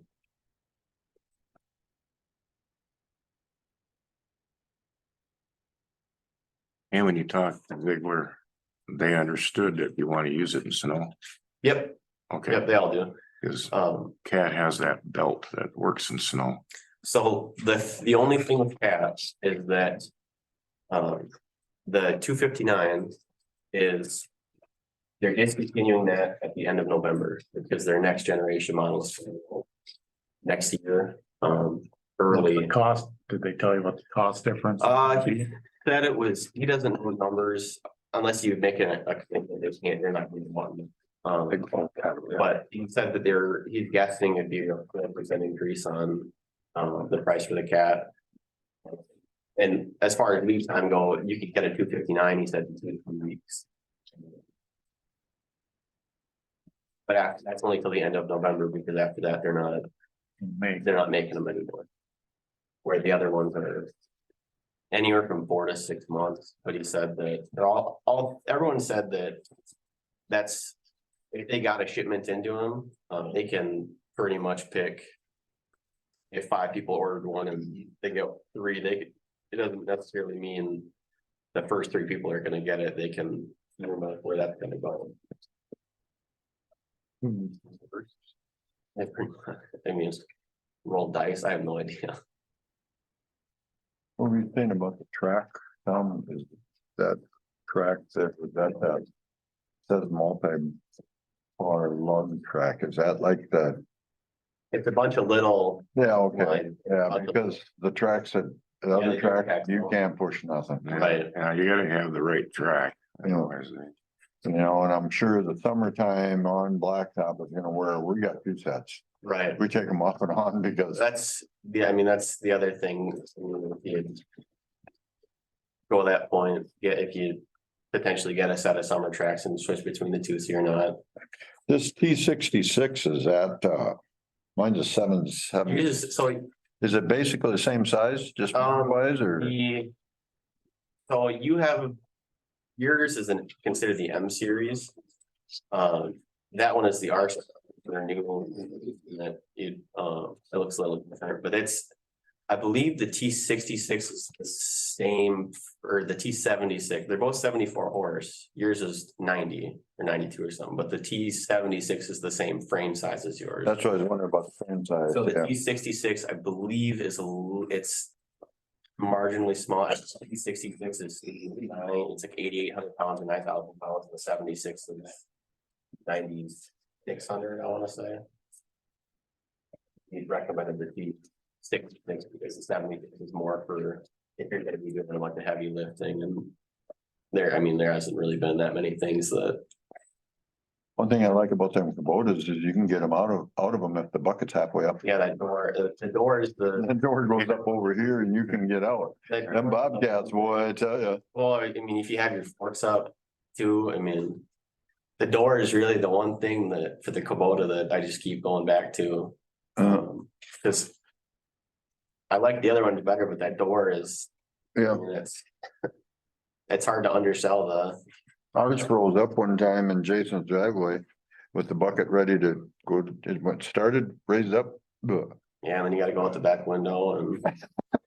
So we went down there with a heater to warm up the fuel to get it going again, you know, I mean, you're stuck in there unless you want to go out the back window. The Kubota too, they just went from the 75-2 to the 75-3.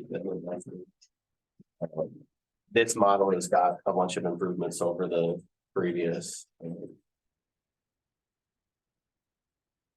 So So the Kubota is the newest, yeah, it's 2024. they'd all be. The only one that, I mean, like I said, Cap's going to their next gen sometime.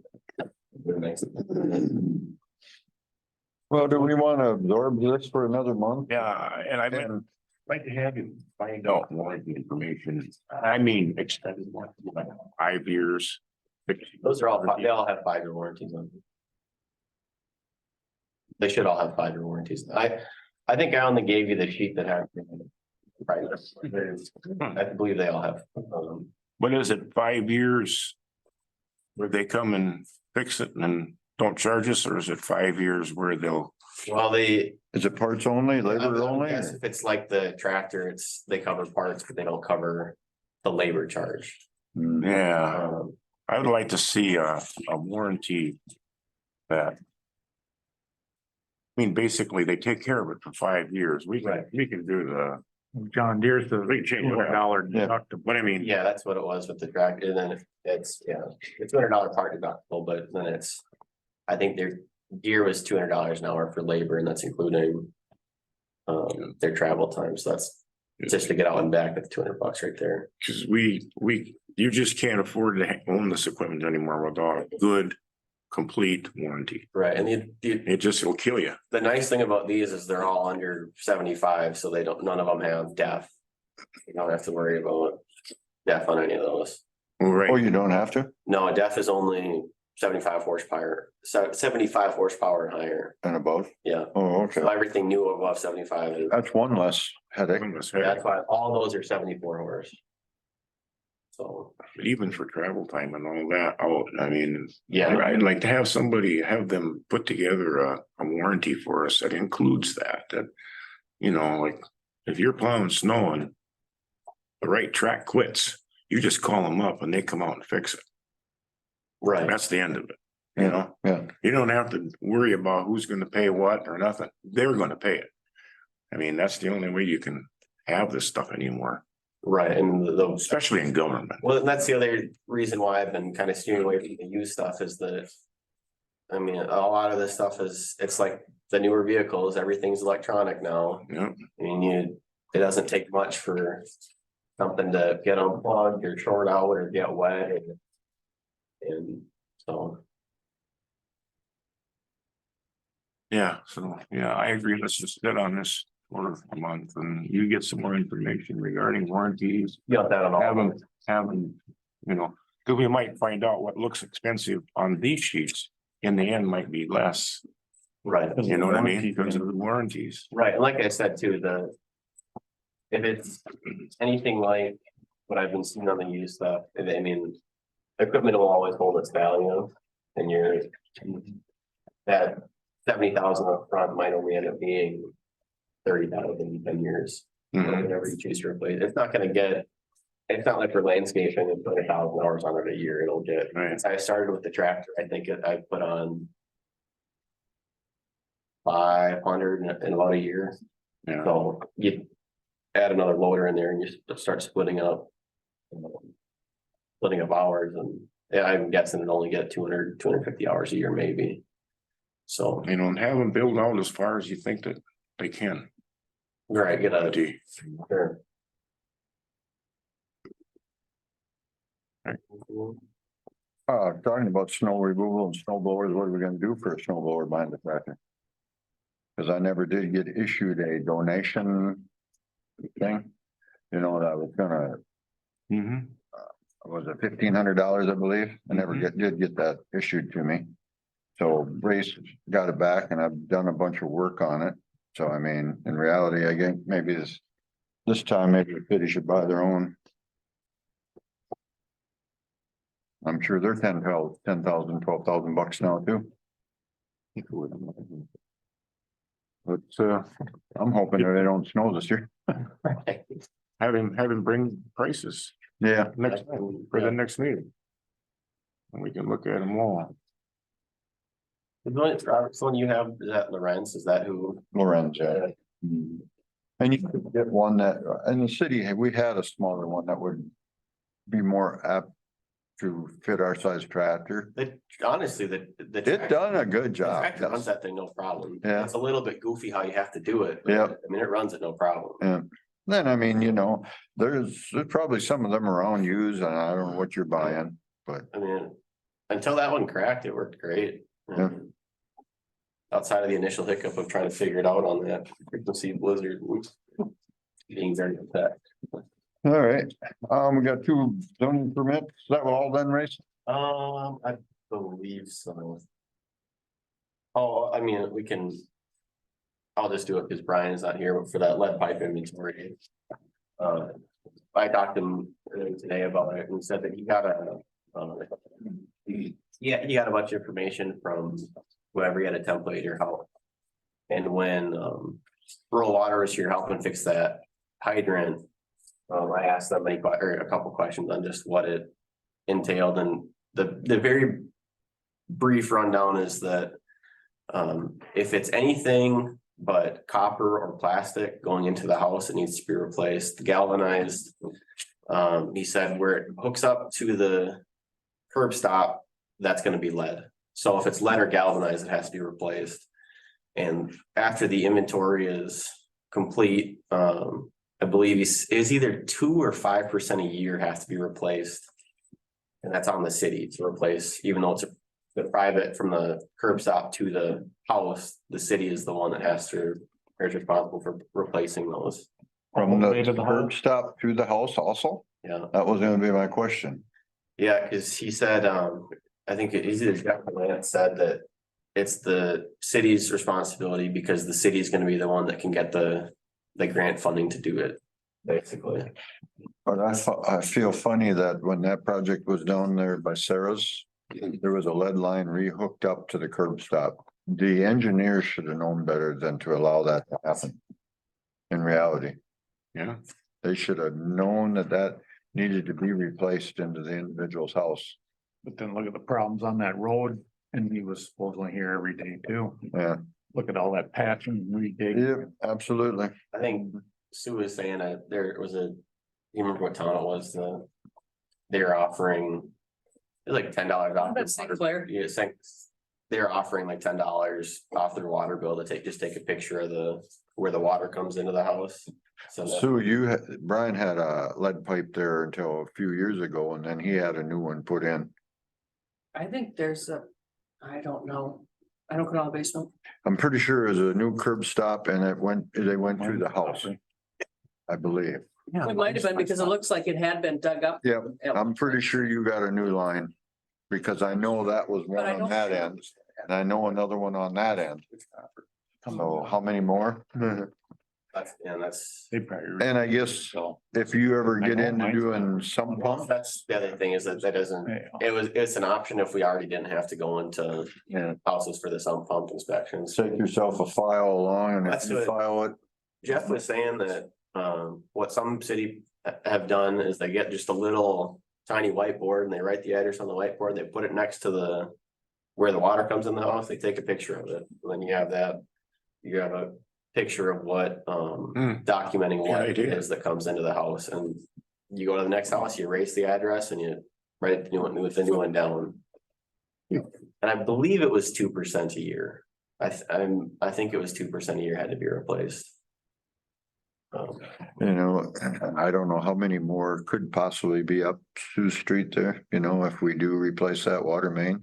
Well, now we know it's gotta be done. Well, the most, I guess, concerning thing was that Jeff said that it's one of those things that you're never gonna be done with, because by the time you finish the lead, it's gonna be, Something else. something else is gonna have to be replaced until it's all. just what we were talking about. So, You have this inspector and that inspector arguing over that inspector's Yep. ideas. yeah. Jeepers. that's definitely- Then we could get an inspector for the building permits too. Absolutely, why not, you know? All right, that it then, Riz? I think that's everything. All right, then we have two building permits. Any questions on that? One has a number, the other one is that supposed to be 2013? Okay.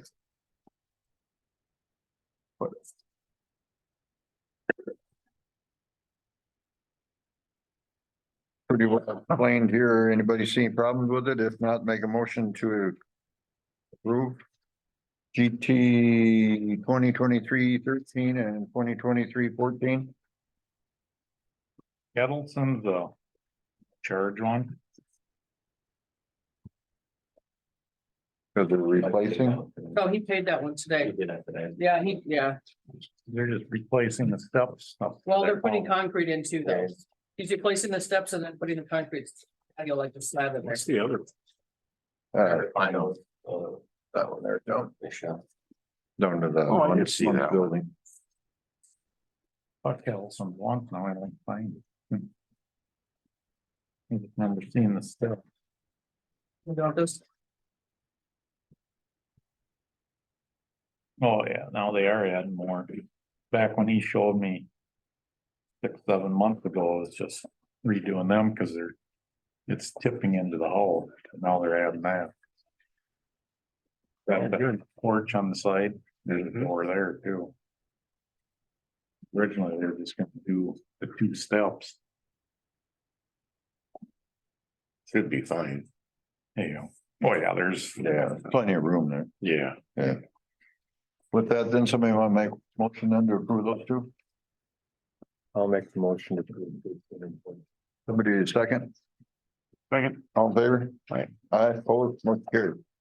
Okay, community comment.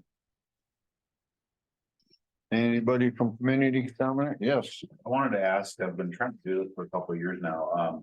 When I lived in Denver, the courthouse had this beautiful nativity scene, believe it or not. Separation of church and state, but they just had it, and I looked it up too, Robert, since I asked you about it too. And there's no regulations anywhere that I know of that ban it. It's just up to the city if the city wants to or not. But what I was actually asking was, could we have a nativity down by the Bell Tower Park, in the Bell Tower Park? And I'd like to privately fund it and try to get funding for that. But just wondering if the city would be okay with us using that for a nativity center. I'm certainly in favor of it, but I think we should run it past our attorney. Yeah, because, well, you said you couldn't find nothing, but we should probably, Yep. yes. Where'd you put it? On the, like where at the, 'cause that's kind of a big snow collector everywhere there. Is it, well, I was hoping to actually up on the. On the platform? If it's on it, then that's no big deal. Yeah, I'd put it up on the platform. Yeah, like it's a bunch of snow pushed around and blowing and Do you need power, Tim? It would need power to Cause I it. don't think we have power there, right? I just called Luke's today. There's an outlet on it. There's outlets on it. They don't work. There is, but they're powered by the car wash. By the car wash, yeah. That's their power, so.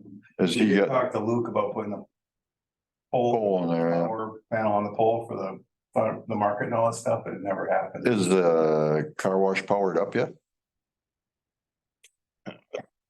I mean, I think I've seen him in and out of there. I don't know if he, No idea. Jeff Wallace owns it, I right? don't know if he opens the garage doors with the remotely or if he does that himself. I've seen him open it before, but I don't know if it was. Well, you see him, stop and ask him if this is possible that we could get some power for the 5 weeks or whatever, 6 weeks.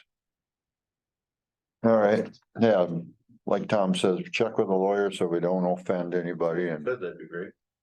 I'll send Kennedy an email tomorrow. Thank you. all right, anybody else, community comment? I just had one small thing. I put a thing out on Facebook, kind of a survey for us about the Zoom meeting. And I talked to Sue about it too, is that many people want to keep the Zoom up and live.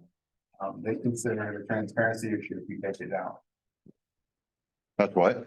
Transparency issue, they really like that they know what's going on all the time. They can watch it, they can attend if they've got kids or they're working or whatever.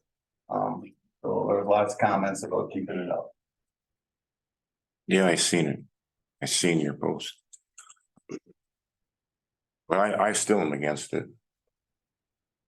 I don't mind Recording. recording it, put it out a day or two later, but. Yep. Having it live where they can intervene, I forget about them.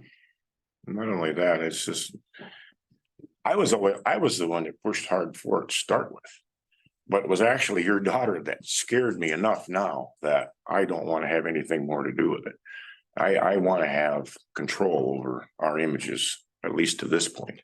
So, Well, you know, Tom, that if you decide not to do it, any citizen come in and record the entire meeting. that- absolutely, You absolutely, have control of it. absolutely. You have control of the product that goes out. But it's different if they're here recording it versus just willy-nilly out there. So that's my opinion. Well, it's kind of funny that we have. Yeah. all these shares. And there's only some things that some people come to. And now, you know, this is just a humdrum meeting, regular meeting, and there's one person here. Yeah. Pardon? Well, he's a reporter. But He had a question. He had business. Yeah, he had business, yeah. I mean, you know, that's my opinion anyway. I think that we should continue on down the line that. Like Kennedy even explained in his letter to us there that there's nothing wrong with it.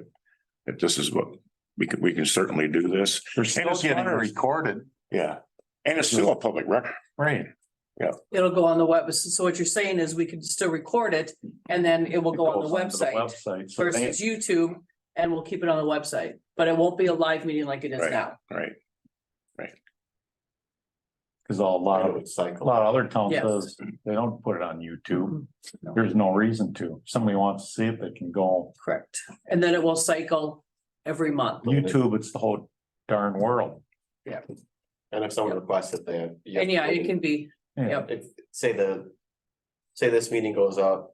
And then the next meeting goes up and replaces this one on the website, someone could still come in and say, hey, I want. Yep. I wanna and then we see, give it It's a to them. public record. Yep. Yep, it is. Yeah, that's for sure. it's not like it's just going away, Right. going away. No, correct. But as far as a transparency issue, I mean, that's inferring them that Amboy and Vernon have transparency issues. Because they went away from it. I mean, that's really I think that's a wrong inference. We have no transparency issues. That's a kind of a made up thing. Let's. I like what we're doing it here now. I recommend that's what we do. Continue to do, Record, but not a live, right?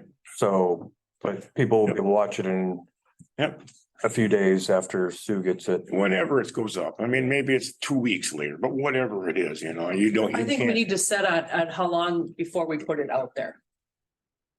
You know, I mean, I try to get it out there. I try to get it out there within a week, Yeah. but I want to make sure I have my minutes done before I post it up there. So I mean, if you guys want to do that, but I think we need to set within 3 to 5 business days or something. Yeah. And not just whenever it gets up there. I think there needs to be a date and on that. And Penn doesn't stay. So. He's an American mandate. Well, with that comment, do you want to make a motion to that effect? Yeah, I do. Someone want to second that motion? I think, you know, a lot of people got James on stuff there because, you know, they don't hear all the time, but they do follow in and they. Well, I don't see anybody in here tonight complaining. Just put it out there. I know. We'll put it out, I can say, just think of doing and. But what I'm saying, Jim. You put it out a week ago, so if there was all these people that are there tonight too. Opinion or giving their opinion too. Right? I guess they can. Yeah, and there's nobody here. But it's really not that much difference if we're still posting it a couple days later. It's really They not. get to see it. Yeah, I mean, it's viewable. And there's only 2 people on tonight. The comment I read was that they want to see what's going on. They like seeing what's happening. They can still see what's happening and what's going on. I kind of related to the food shelf when it was shut down for a short time. We all caught hell for that, and then it's been back up. And has there been a dozen people in here since it's been back up? I would say there's probably been a dozen roughly. And that's I mean, been- I don't know what type of people. I don't care. People Months? come in and they ask for it and I show it to them. When did we do that, Tim? Was Yeah, that Tim, July? No, It's got to be up at least June. Yeah. 3 months again already. Yeah, and the usage is minimal. You're. Yeah, You guys are seeing it more than I. There's not a lot, but there are people and I don't know, I mean, somebody actually came in and asked if they had to be from this area and I said no. No, No, that's, And then they went in and I yeah, bring it to them, I tell them where the bags are, I say, take what you want, and then they just leave. I don't pay attention. I did put a new sign on the door too this summer. It says, open during regular office hours. Good. Use this main entrance. We also need to get a sign, and I was gonna do that on that red door that says, don't go out that door. Oh, Cause I have had someone go out that door as well, and it's like. Then- And I have to, I don't want that. yeah, And and is it locked again? can I we didn't put a realize padlock that's on what it so it it can't be accessed?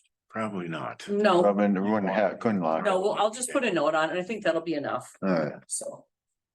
I would say just go ahead and get a sign made. One of the reasons why it was shut down to begin with, because 99% of the food was close to being expired. well, there's just, I thought it was gonna be very highly used, but a dozen people in 3 months is not what I'd call a outstanding number of people using it. Well, it's, And then we're providing it. But the Yeah. upside is if we can actually help a family that really Yeah. truly needs it, I think Absolutely. that's a benefit in itself. Yep. like somebody said, let's put a sign that says, food shelf open during office, put it right out there on the garage door.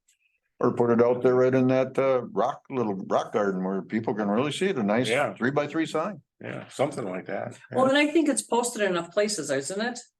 I don't know. I would assume so. I had put up a post in the post office. I don't know if it's still there. Went through Tormal down. Possible. That might be still up, but I know that they went through. it. If you guys wanna, I don't know if you have to vote on it, or whatever, but you wanna talk about a sign out there by this, that'd be really cool by the street. It'd be nice if you could see it coming from both ways.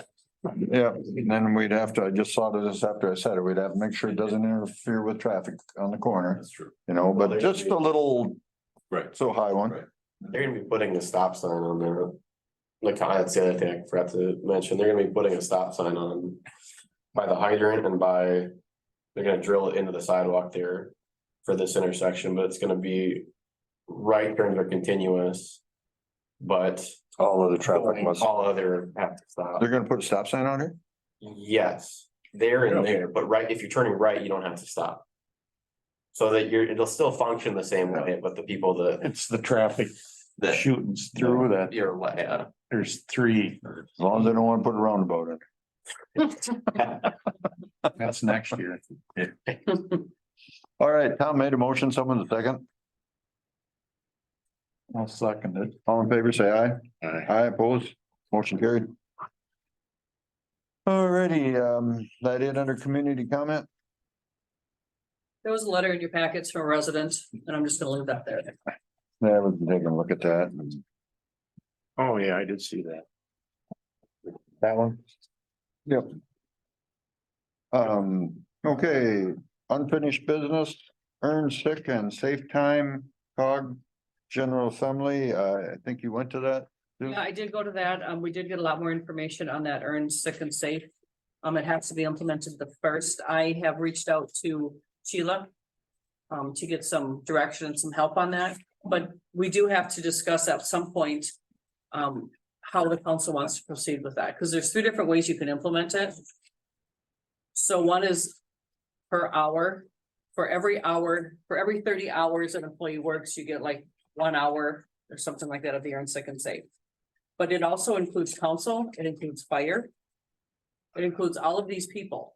So somehow there has to be a track for the fire department on how many hours they work. The other option is to just front load 40 hours a year. So January 1st, everybody gets 40 hours of earned sick and safe.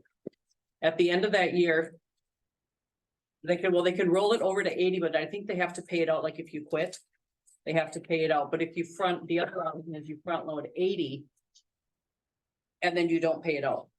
So if, say you front load 80 for myself and then I quit in November, you don't have to pay that balance out.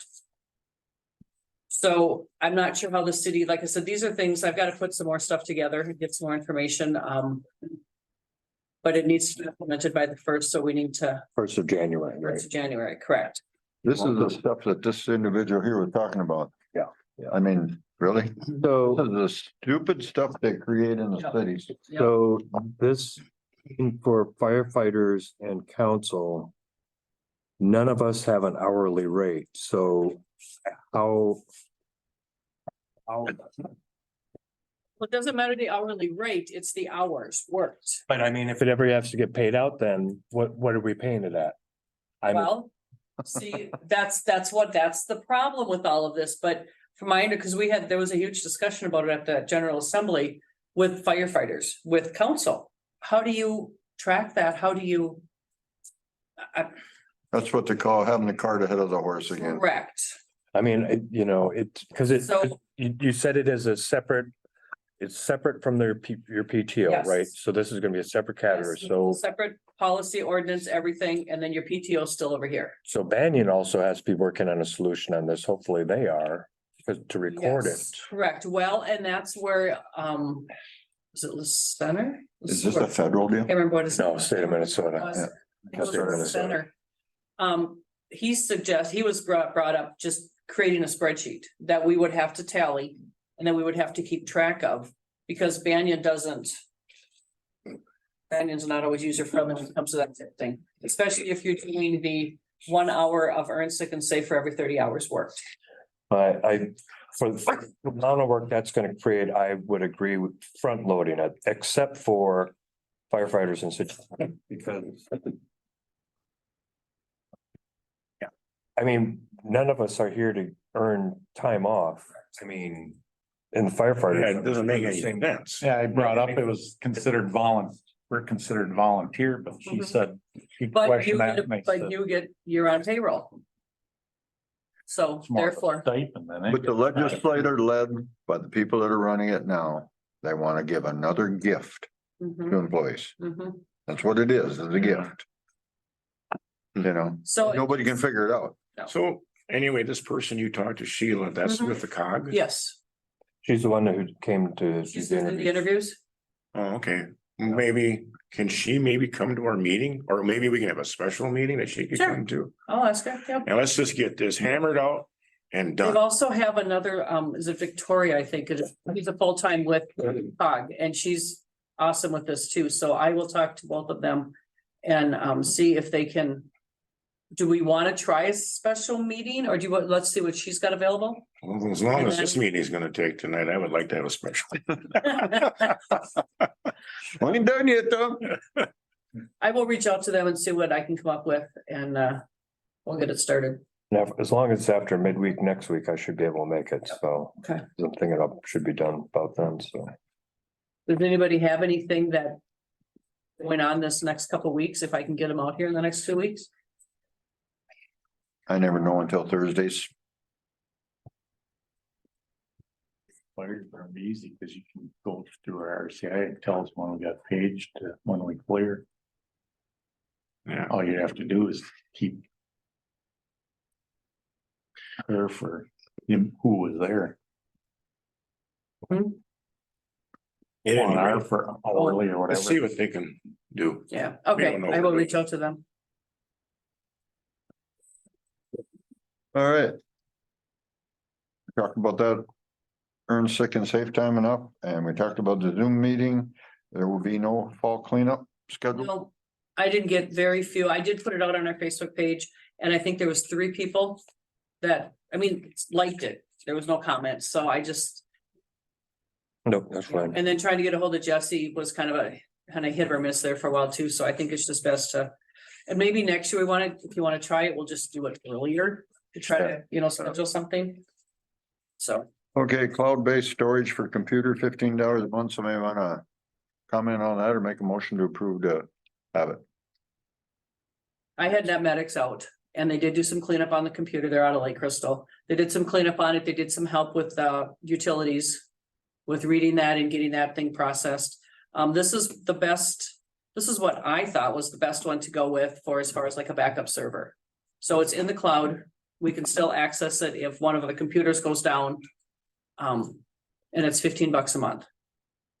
And then NetMedics is more of an on-call thing. If I have an issue, I call them. They could port into the computer and get it fixed up. So we don't have a contract with them, but they are the ones that I have called twice now. They've been on the spot. Perfect. So. I make a motion, we do that. Tom made the motion, someone to second. I'll second that motion. All in favor, say aye. Aye. Aye opposed, motion carried. But cloud thing is actually through NetMed. Yes, yep. Okay, We'll take care of it. new business, appoint a new council member.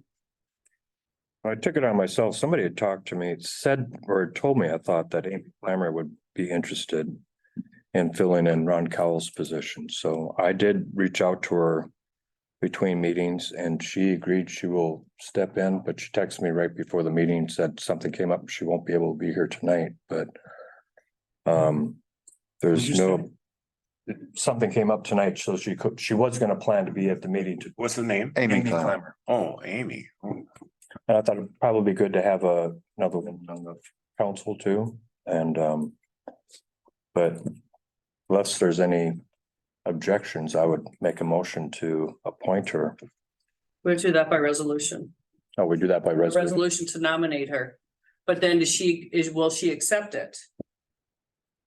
As far as I know, she was, yes, that from my, Or do we?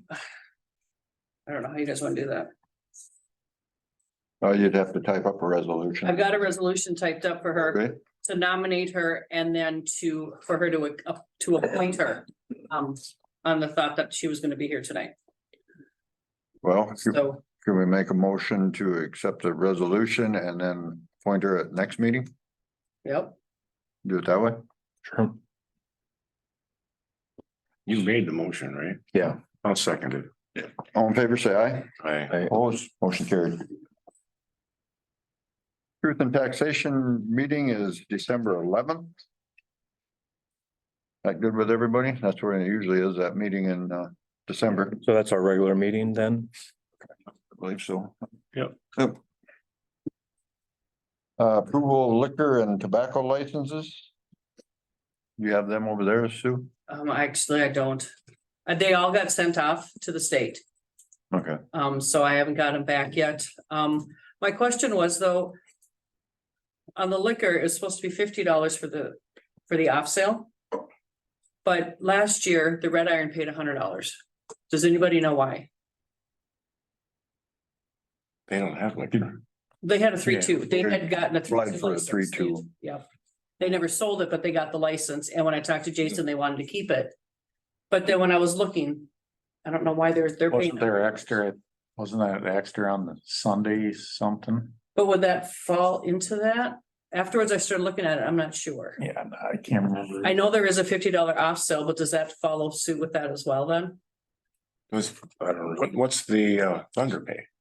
Thunder pays $50 for Sunday and $50 for off sale, and then 400, I think, for the liquor sales. But their Sunday is for serving on Sunday. See, that's what Yeah. that's why I questioned it. I'm not sure. Yeah. I don't know, maybe It's only check $50. county. It's not a big deal, but I guess if that's $50 for one, it should be $50. Well, that was my point, Yeah, you know, and I don't know yeah, who knows? if we Yeah. wanna, I don't even know where to go with that. Because that's all pretty much set by the council. We even forgave some a couple of years ago, too. Remember that? yeah, because of COVID. Yeah, I mean, we even kind of forgave some, so. I would say. It should be 50. And just make it 50 again for Okay. everybody. So I will everybody- double check on that Sunday sale, Yeah, because that could be the hanger on it. I'm not sure, but I don't know who to check with because it's set by the council, but I don't know. I'll see what I can come up with. I don't know if the I know attorney that- would, I know that Being Thunder, help. they didn't do that after hour, because that was another cost or something, right. after 1 o'clock. They said it, oh, that's right, yeah, you can, yeah, yeah, it didn't just, Jim. it's gotta be open though. And they said it was not worth the extra amount, the labor and for that 1 hour. Well, check on it soon, see what you Okay. can figure out. Miscellaneous business, fire relief. So we just got the last 20-some thousand for the fire. Yeah. And then I just wrote the check out. It's in there. So they've got all of their money now, Okay, good, so they should have it all. All right, good. I reached out to Hawk Security about doing the 6-month. I have not heard back from them, the storage for sale. So I haven't heard back from them yet. to talk to these people, they're the ones that have the cameras. They come in and redone it all, set everything, right? Passwords, Yes. everything. We don't want anybody to have it on their phone, right? Correct. That's turned off now. Pardon? That's turned off now. Good, yeah. I don't know if we ever authorized that in the beginning, I don't know either. but anyway, they're all done, starting over. That's a good thing. Dead tree by the city hall, that one right out here. Yeah, so I called Safeguard Properties as the one that's, I don't know if they're managing it or how they're but they're the ones we have to go through. So I called them, they came out, we think they came out They on the said they're, 30th they said they were coming out on a Saturday, but to assess it and see whatever, but now I haven't been able to get back a hold of them again. I've called them, so. What's the issue? Well, that tree keeps Dead. falling branches, you know, it's hanging over the sidewalk. Is this the one next to the? It's right next, That evergreen? it's not on our property, but it's a hazard. Got it. Dead as dead can be. Got it. Okay, all right. All it takes is Good. one good storm to Good. snap the top off and. Yeah, absolutely. leaning towards. Just Just- continue on, see what you can find out. Yeah, good, good. Okay, Ron Cole reimbursement for fun tires on his four-wheeler for all the work he's done over the last summer or two here. Comments? I see no reason why not. I did talk to him a day or so ago that he would still, if we have projects, like to oversee them for us, which I think would be very good, Mhm. because you're gone, Scott's gone, I'm gone sometime. Sometimes you're not around. I mean, that individual has the experience Mhm. to be able to follow through and report back to somebody. Yeah. So would you want to make that a motion then, Tom? Yeah, I'll make that a motion. Someone to second? I'll second. All in favor, say aye. Aye. Aye, opposed, motion carried. Trunk or treat donation, October 22nd request. So somebody had requested or asked if we would be willing to help donate to that. They have that trunk or treat up by the bell tower. When they do their fall, I've never been to it, so I think it's their last farmer's market. They do a trunk or treat. And they had a bunch of stuff and games and goodies and stuff for the kids. So it was asked if we would be interested in donating or do a reimbursement or just purchase something, whether it be candy or some treats or something. If we would be willing to do that. And I said I would bring it to council. I'd be willing, in my opinion, to buy something, Okay. some sort of a treat. And donate that, a Okay. treat. And then when it's theirs, it's totally theirs then. Dollar amount. We're talking candy, I'm assuming. Candy. Candy whatever. gifts, they did some other trinkets and stuff like that. Small toys for young Yeah, kids or stuff something, like that, yeah. multiple array of things maybe. I mean, is Yeah. $100 enough or is that laughable? I mean, I don't. I don't know how many, Bag of candy is $15. How much? 15 for a little I don't know how bag many, of Halloween candy. any idea how many they're expecting? I have no idea. Oh gosh, what did she say last year? Last year they had a lot more than they had planned. I want to say they had 40 some last year. Oh, my. I could be wrong. It'll be like $500. Well, but we don't have to do the whole thing, even if we just did a part of it. Even if we just supply, Just help fund it. yeah, That's what you they're know, looking for. and it's, I mean, it's something that I can even, you know. Here's the dollar amount, you let me know and I can go get it, Well, that's what I'm saying. There you Yeah. go. you know, That's so what I if we want have to a have. dollar amount. I can- 250. 250, there you Okay. go. That sounds good. Somebody want to make a motion on that? I'll make a motion. Someone to second? I'll second. All in favor? Aye, opposed, motion carried. So, yeah, 250. Yep. but you're gonna go physically buy. I will go something, physically buy it. Physically give it to them, and Correct. it's theirs. Yep. All right. Trick or treat at City Hall, you're gonna pick up something for you while you're. Yes, could I have my candy dish? St. John's Daycare came up here today and they must do a trick or treat parade with their daycare. And then I kind of, They're at the fire station for fire prevention. today, okay, too. so They probably just made their do they own. do, has that been in the past that there's been kids during the workday? I believe so. Yep, And has there been like a basket of candy or treats or goodies or something? I think so.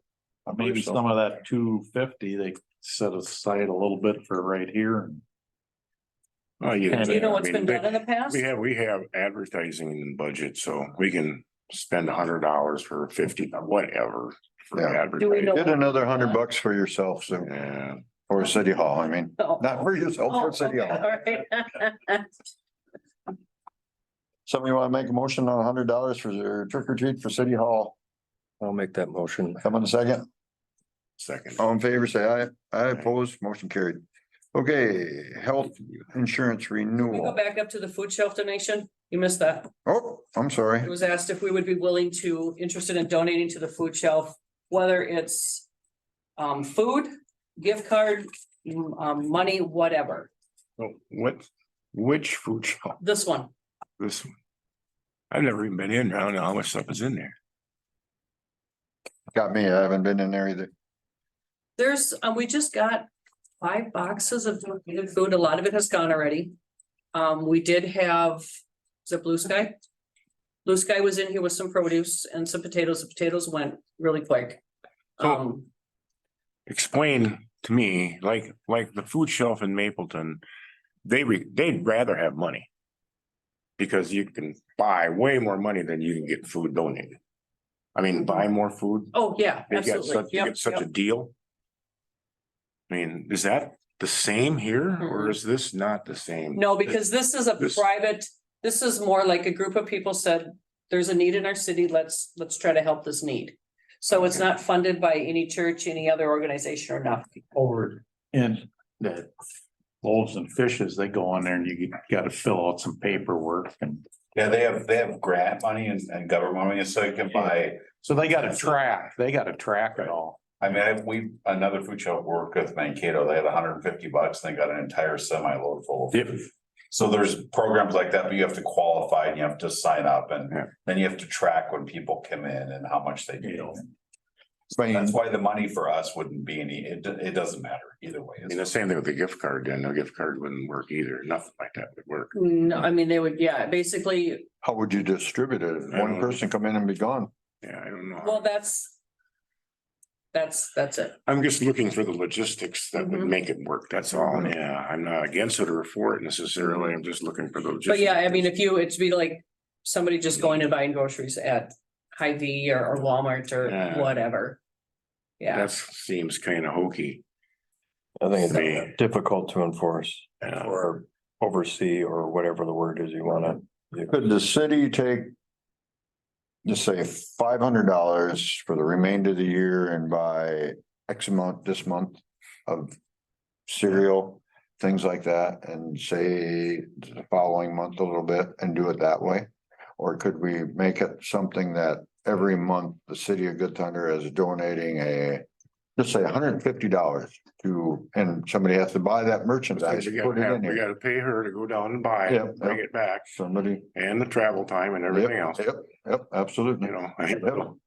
it adds up. Yeah, it does. It Yep. really adds up quick, you know. What is Yes, the rate are per you mile? still kind of the 65, overseer That's of what I it? thought, yeah. 65.5, yeah.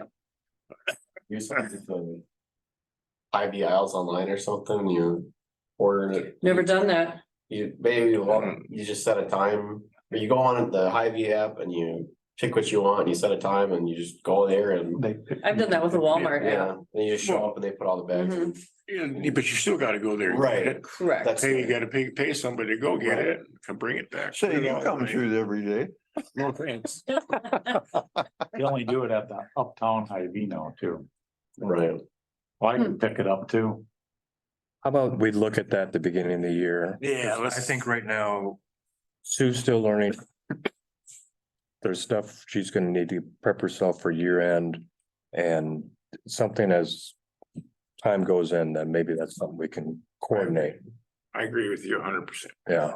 Let's table that. Say, Robert, I was gonna ask too, you had said that there was a fridge somewhere, you guys were gonna grab it, bring it, put it in here, but Yeah, but then you get into that perishable thing and you don't want to get involved in that. What was that deal about some meat too, or something at the locker? I don't know. I had nothing. nobody got in touch with you, Scott, right? I think. Well, I got a text one day from, I can't remember even who it was, and it's like, I didn't know what they're talking about, and I called them and, oh yeah, somebody donated pork liver or something, Yeah, something. but they wanted to bring it up here, but who was gonna be responsible for it? Oh, because I had somebody come in here and say, I heard about that and where do I get it? And I said, what? Yeah, see, Because I don't, Yeah, you And can't, I It told them, said- well, I don't really know what's going on, but supposedly it was at Dick's Locker, and I said, well, then go to Dick's Locker. that's what I and get said it. too. okay. Because I said, I I- don't know anything about it. I don't know even who Just go through Dex, that's a who Mhm. donated or what, but I suppose that could be a thing if people want to donate, right? but we don't want to get. But I- We don't want it here because I don't think anybody wants it anywhere. That's the problem. yeah, Yeah, that's the whole thing. Uh, Thanks.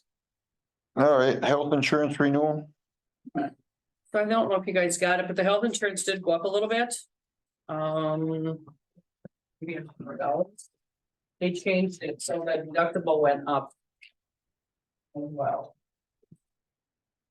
Thought I put it in there, but I may not have. Yeah, you did. I saw. Yeah, Yeah, okay. And my other question was the dental plan that the city offers. Is there a chance to review that and maybe change that the first of the year? We have until December 13, I think, to let M&M know what they want to do. What do you mean? What? So the dental plan we have right now basically covers cleanings and 50% of cavities. It doesn't cover any major.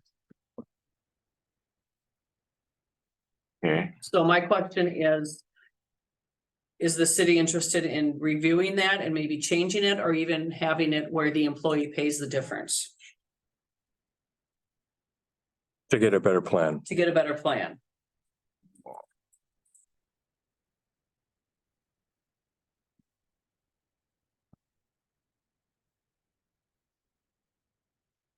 I mean, that's something we don't have to, we're not have to make a decision tonight, but yeah, we could take it under advisement. yeah, like I Get said, back we have until, I think in it's the- December 13th. So if we'd have two more So we meetings still before have, this. absolutely, yep. All right, yeah, I agree. just make sure you put it on the Oh, it will be. agenda. All right, And can you find out what the new rate would be for a different plan? Well, so if you look on the Robert's dental down rates, here. or if you just went up to the. is it on the back there? It's on the No, it next should be page. The Blue Cross dental rates, Oh, this one? yes. Oh, okay. So if right now we're at the 25.91. The value premium, but even if you just went up to. The preferred or the. Okay. $1,500, Okay, all right. just have. I'd be willing, I mean, I'll pay the difference.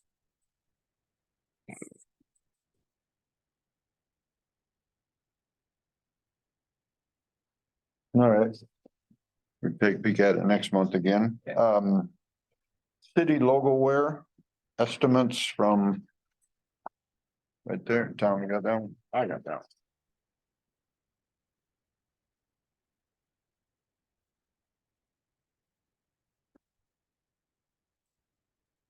Pick up the one I just had. I mean. I think. I think we should have them.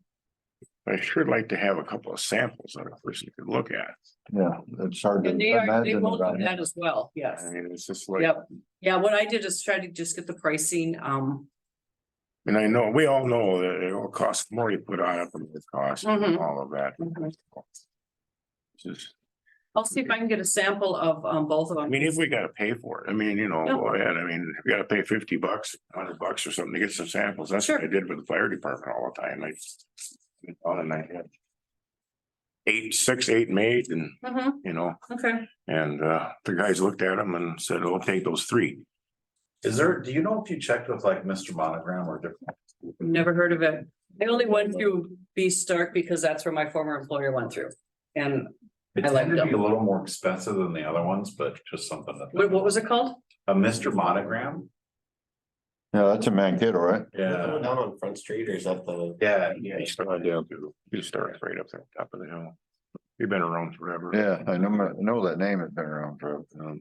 When we buy them, they're Yeah, if you can get some pictures, too. I'll get a couple samples for the next week. Buy Yeah, all cotton, they shrink. though. yeah, you gotta be kind of careful what you get for sure. Yeah, I went, I had to go to, the 50. yeah, I went to the bank last week, so then I stopped there too, and I have to touch and feel things and try to figure out which ones we wanted, but Yeah, okay, the next thing is clerk reimbursement. We have that in our folders, some mileage mileage and a meal. and a meal. Yep.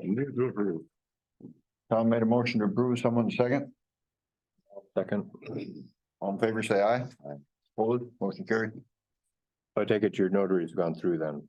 yes, it has. I'm just waiting for the stamp now. Okay. Yep. Yeah, I had to go file that.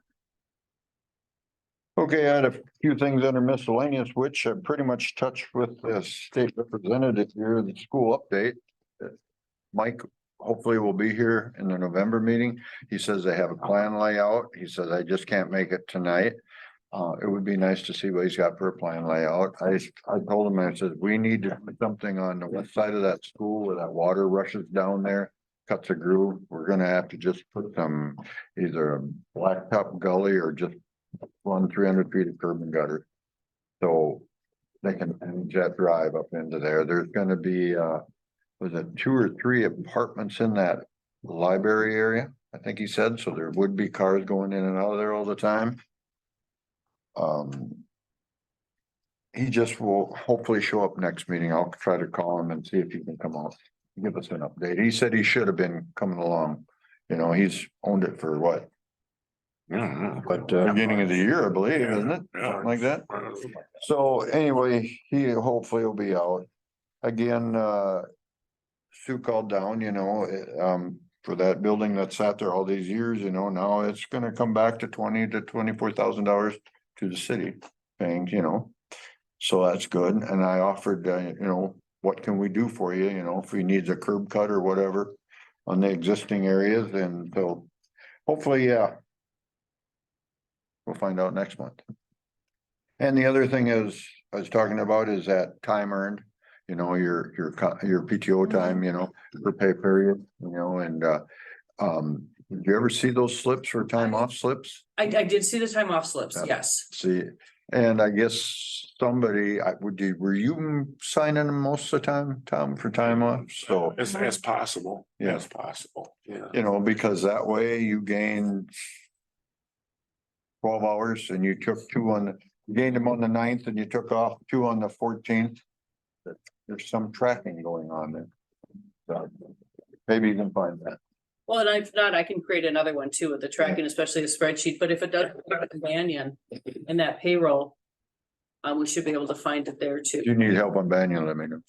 I heard that. So I haven't called. Wow. Alrighty, anything else under miscellaneous, anybody? Question, the messenger reached out to me about the fire prevention pages that they do. Evidently last year we did a ad. For their fire prevention page or. Oh, probably, yeah. Whatever. I'm sure. So I said, yep, do the same thing we did last year, and they wanted to know if we wanted to do anything for the Halloween. Section. We didn't last year. I You guys guess didn't we do anything. Fire prevention, yes, Halloween, no. Okay. Me, my opinion. All right. What do they do for the Halloween? Just your name in the paper for, Halloween safety salute featuring tips to encourage our community members to celebrate Halloween safely. The new section in 2022. I don't know, I've never seen it. That's I- fine, we'll just do the fire, because I did say we were gonna do the fire prevention Is one. that the one in the Maple River The Messenger? or is messenger, that the- yeah, no, it's the messenger. I guess my feelings are that I wouldn't have a problem if we did both because of, you know, promoting safety in our town for them kids out on Halloween night. What are we talking about money wise? 25, 50, or 100 and up. I thought it'd be like $500. No, because we did the $50 one for the fire. Let's do both then for $50. Okay. I'd be okay with that. Tom made that motion, someone second, Second. all in favor, say aye. Aye. I oppose, motion carried. The other question I have is cell phone reimbursement. Is that for both of us? Okay, Is it $25 a month paid once every quarter? Yep. from what I could see in the past, that's what it's been. Yeah. That's existing, no need no motion, that's existing. That's existing, I just need a clarification. So that I can, 'cause I know you didn't get yours last quarter, yeah, I didn't pay Bryce anything, so so I'll take care of that. too, for I sure, really feel that now, I'm sure. now that I noticed. Now that you're bound to your head today. Are you saying you took his plate? Yeah, that's. I'm kind of glad this guy showed up. Yeah, There's an individual that's got some common sense, but there's nothing to work up there in the city with. Well, he made it sound like we still Bolton and Mink that time made it sound like you guys probably ain't gonna get nothing because. Well, yeah, But this is So the that's difference. from their vantage point. With the legislature, Right. get funding money. Hmm. A whole different deal than all this We're grant stuff. actually with him, we're one step above Right. what. the I would grants- think for him to go to the legislator and say, hey, the city of Good Thunder is doing this, I want this amount of money. They've not been careless with their money. They've saved money, they've done projects, they pay cash. I would think They're that would be setting like money an A aside. rating. But it don't seem like it works that way. It looks like the only time you get any money if you're broke. I don't like to be broke. There's not much future in it. Pardon? There's not a lot of. No, future. there isn't. I mean, it's just being frugal and having cash is two things I like. With that, anybody else on miscellaneous? Anybody else? Who is Bolton and Mink gonna have their plans and specs maybe ready next week? I talked to Joe and he says, I talked to Joe on I think Friday. And he said that they were working on it, but they're still, I mean, I think maybe next We meeting. need to keep pushing on. Yep. Because for sure, if we can get this bid, Which it'd be, it's gonna make a big difference. they have an Empire Pipe comes that they're working on them to televise. That's actually, yeah, he's saying that it's looking like they'll be here at the end of the month sometime to do that. Yeah, pretty soon it'll be April and then we'll be bidding along with all the other competitive bids. Yep. That's how it happens. Yep. Every time does, Yep. So, Yeah, now's the get them so they get lined up for spring, yeah, now's the time to get them out, because because they're gonna be Right now. hungry for bids for come first of this. right now, April it'll and make May. a 10% difference right on the. Is that it then for everybody? All right, somebody want to make a motion to adjourn? I'll make a motion to adjourn. Someone the second? Second. All in favor? Aye, opposed, motion carried. Thanks, everybody. Fine.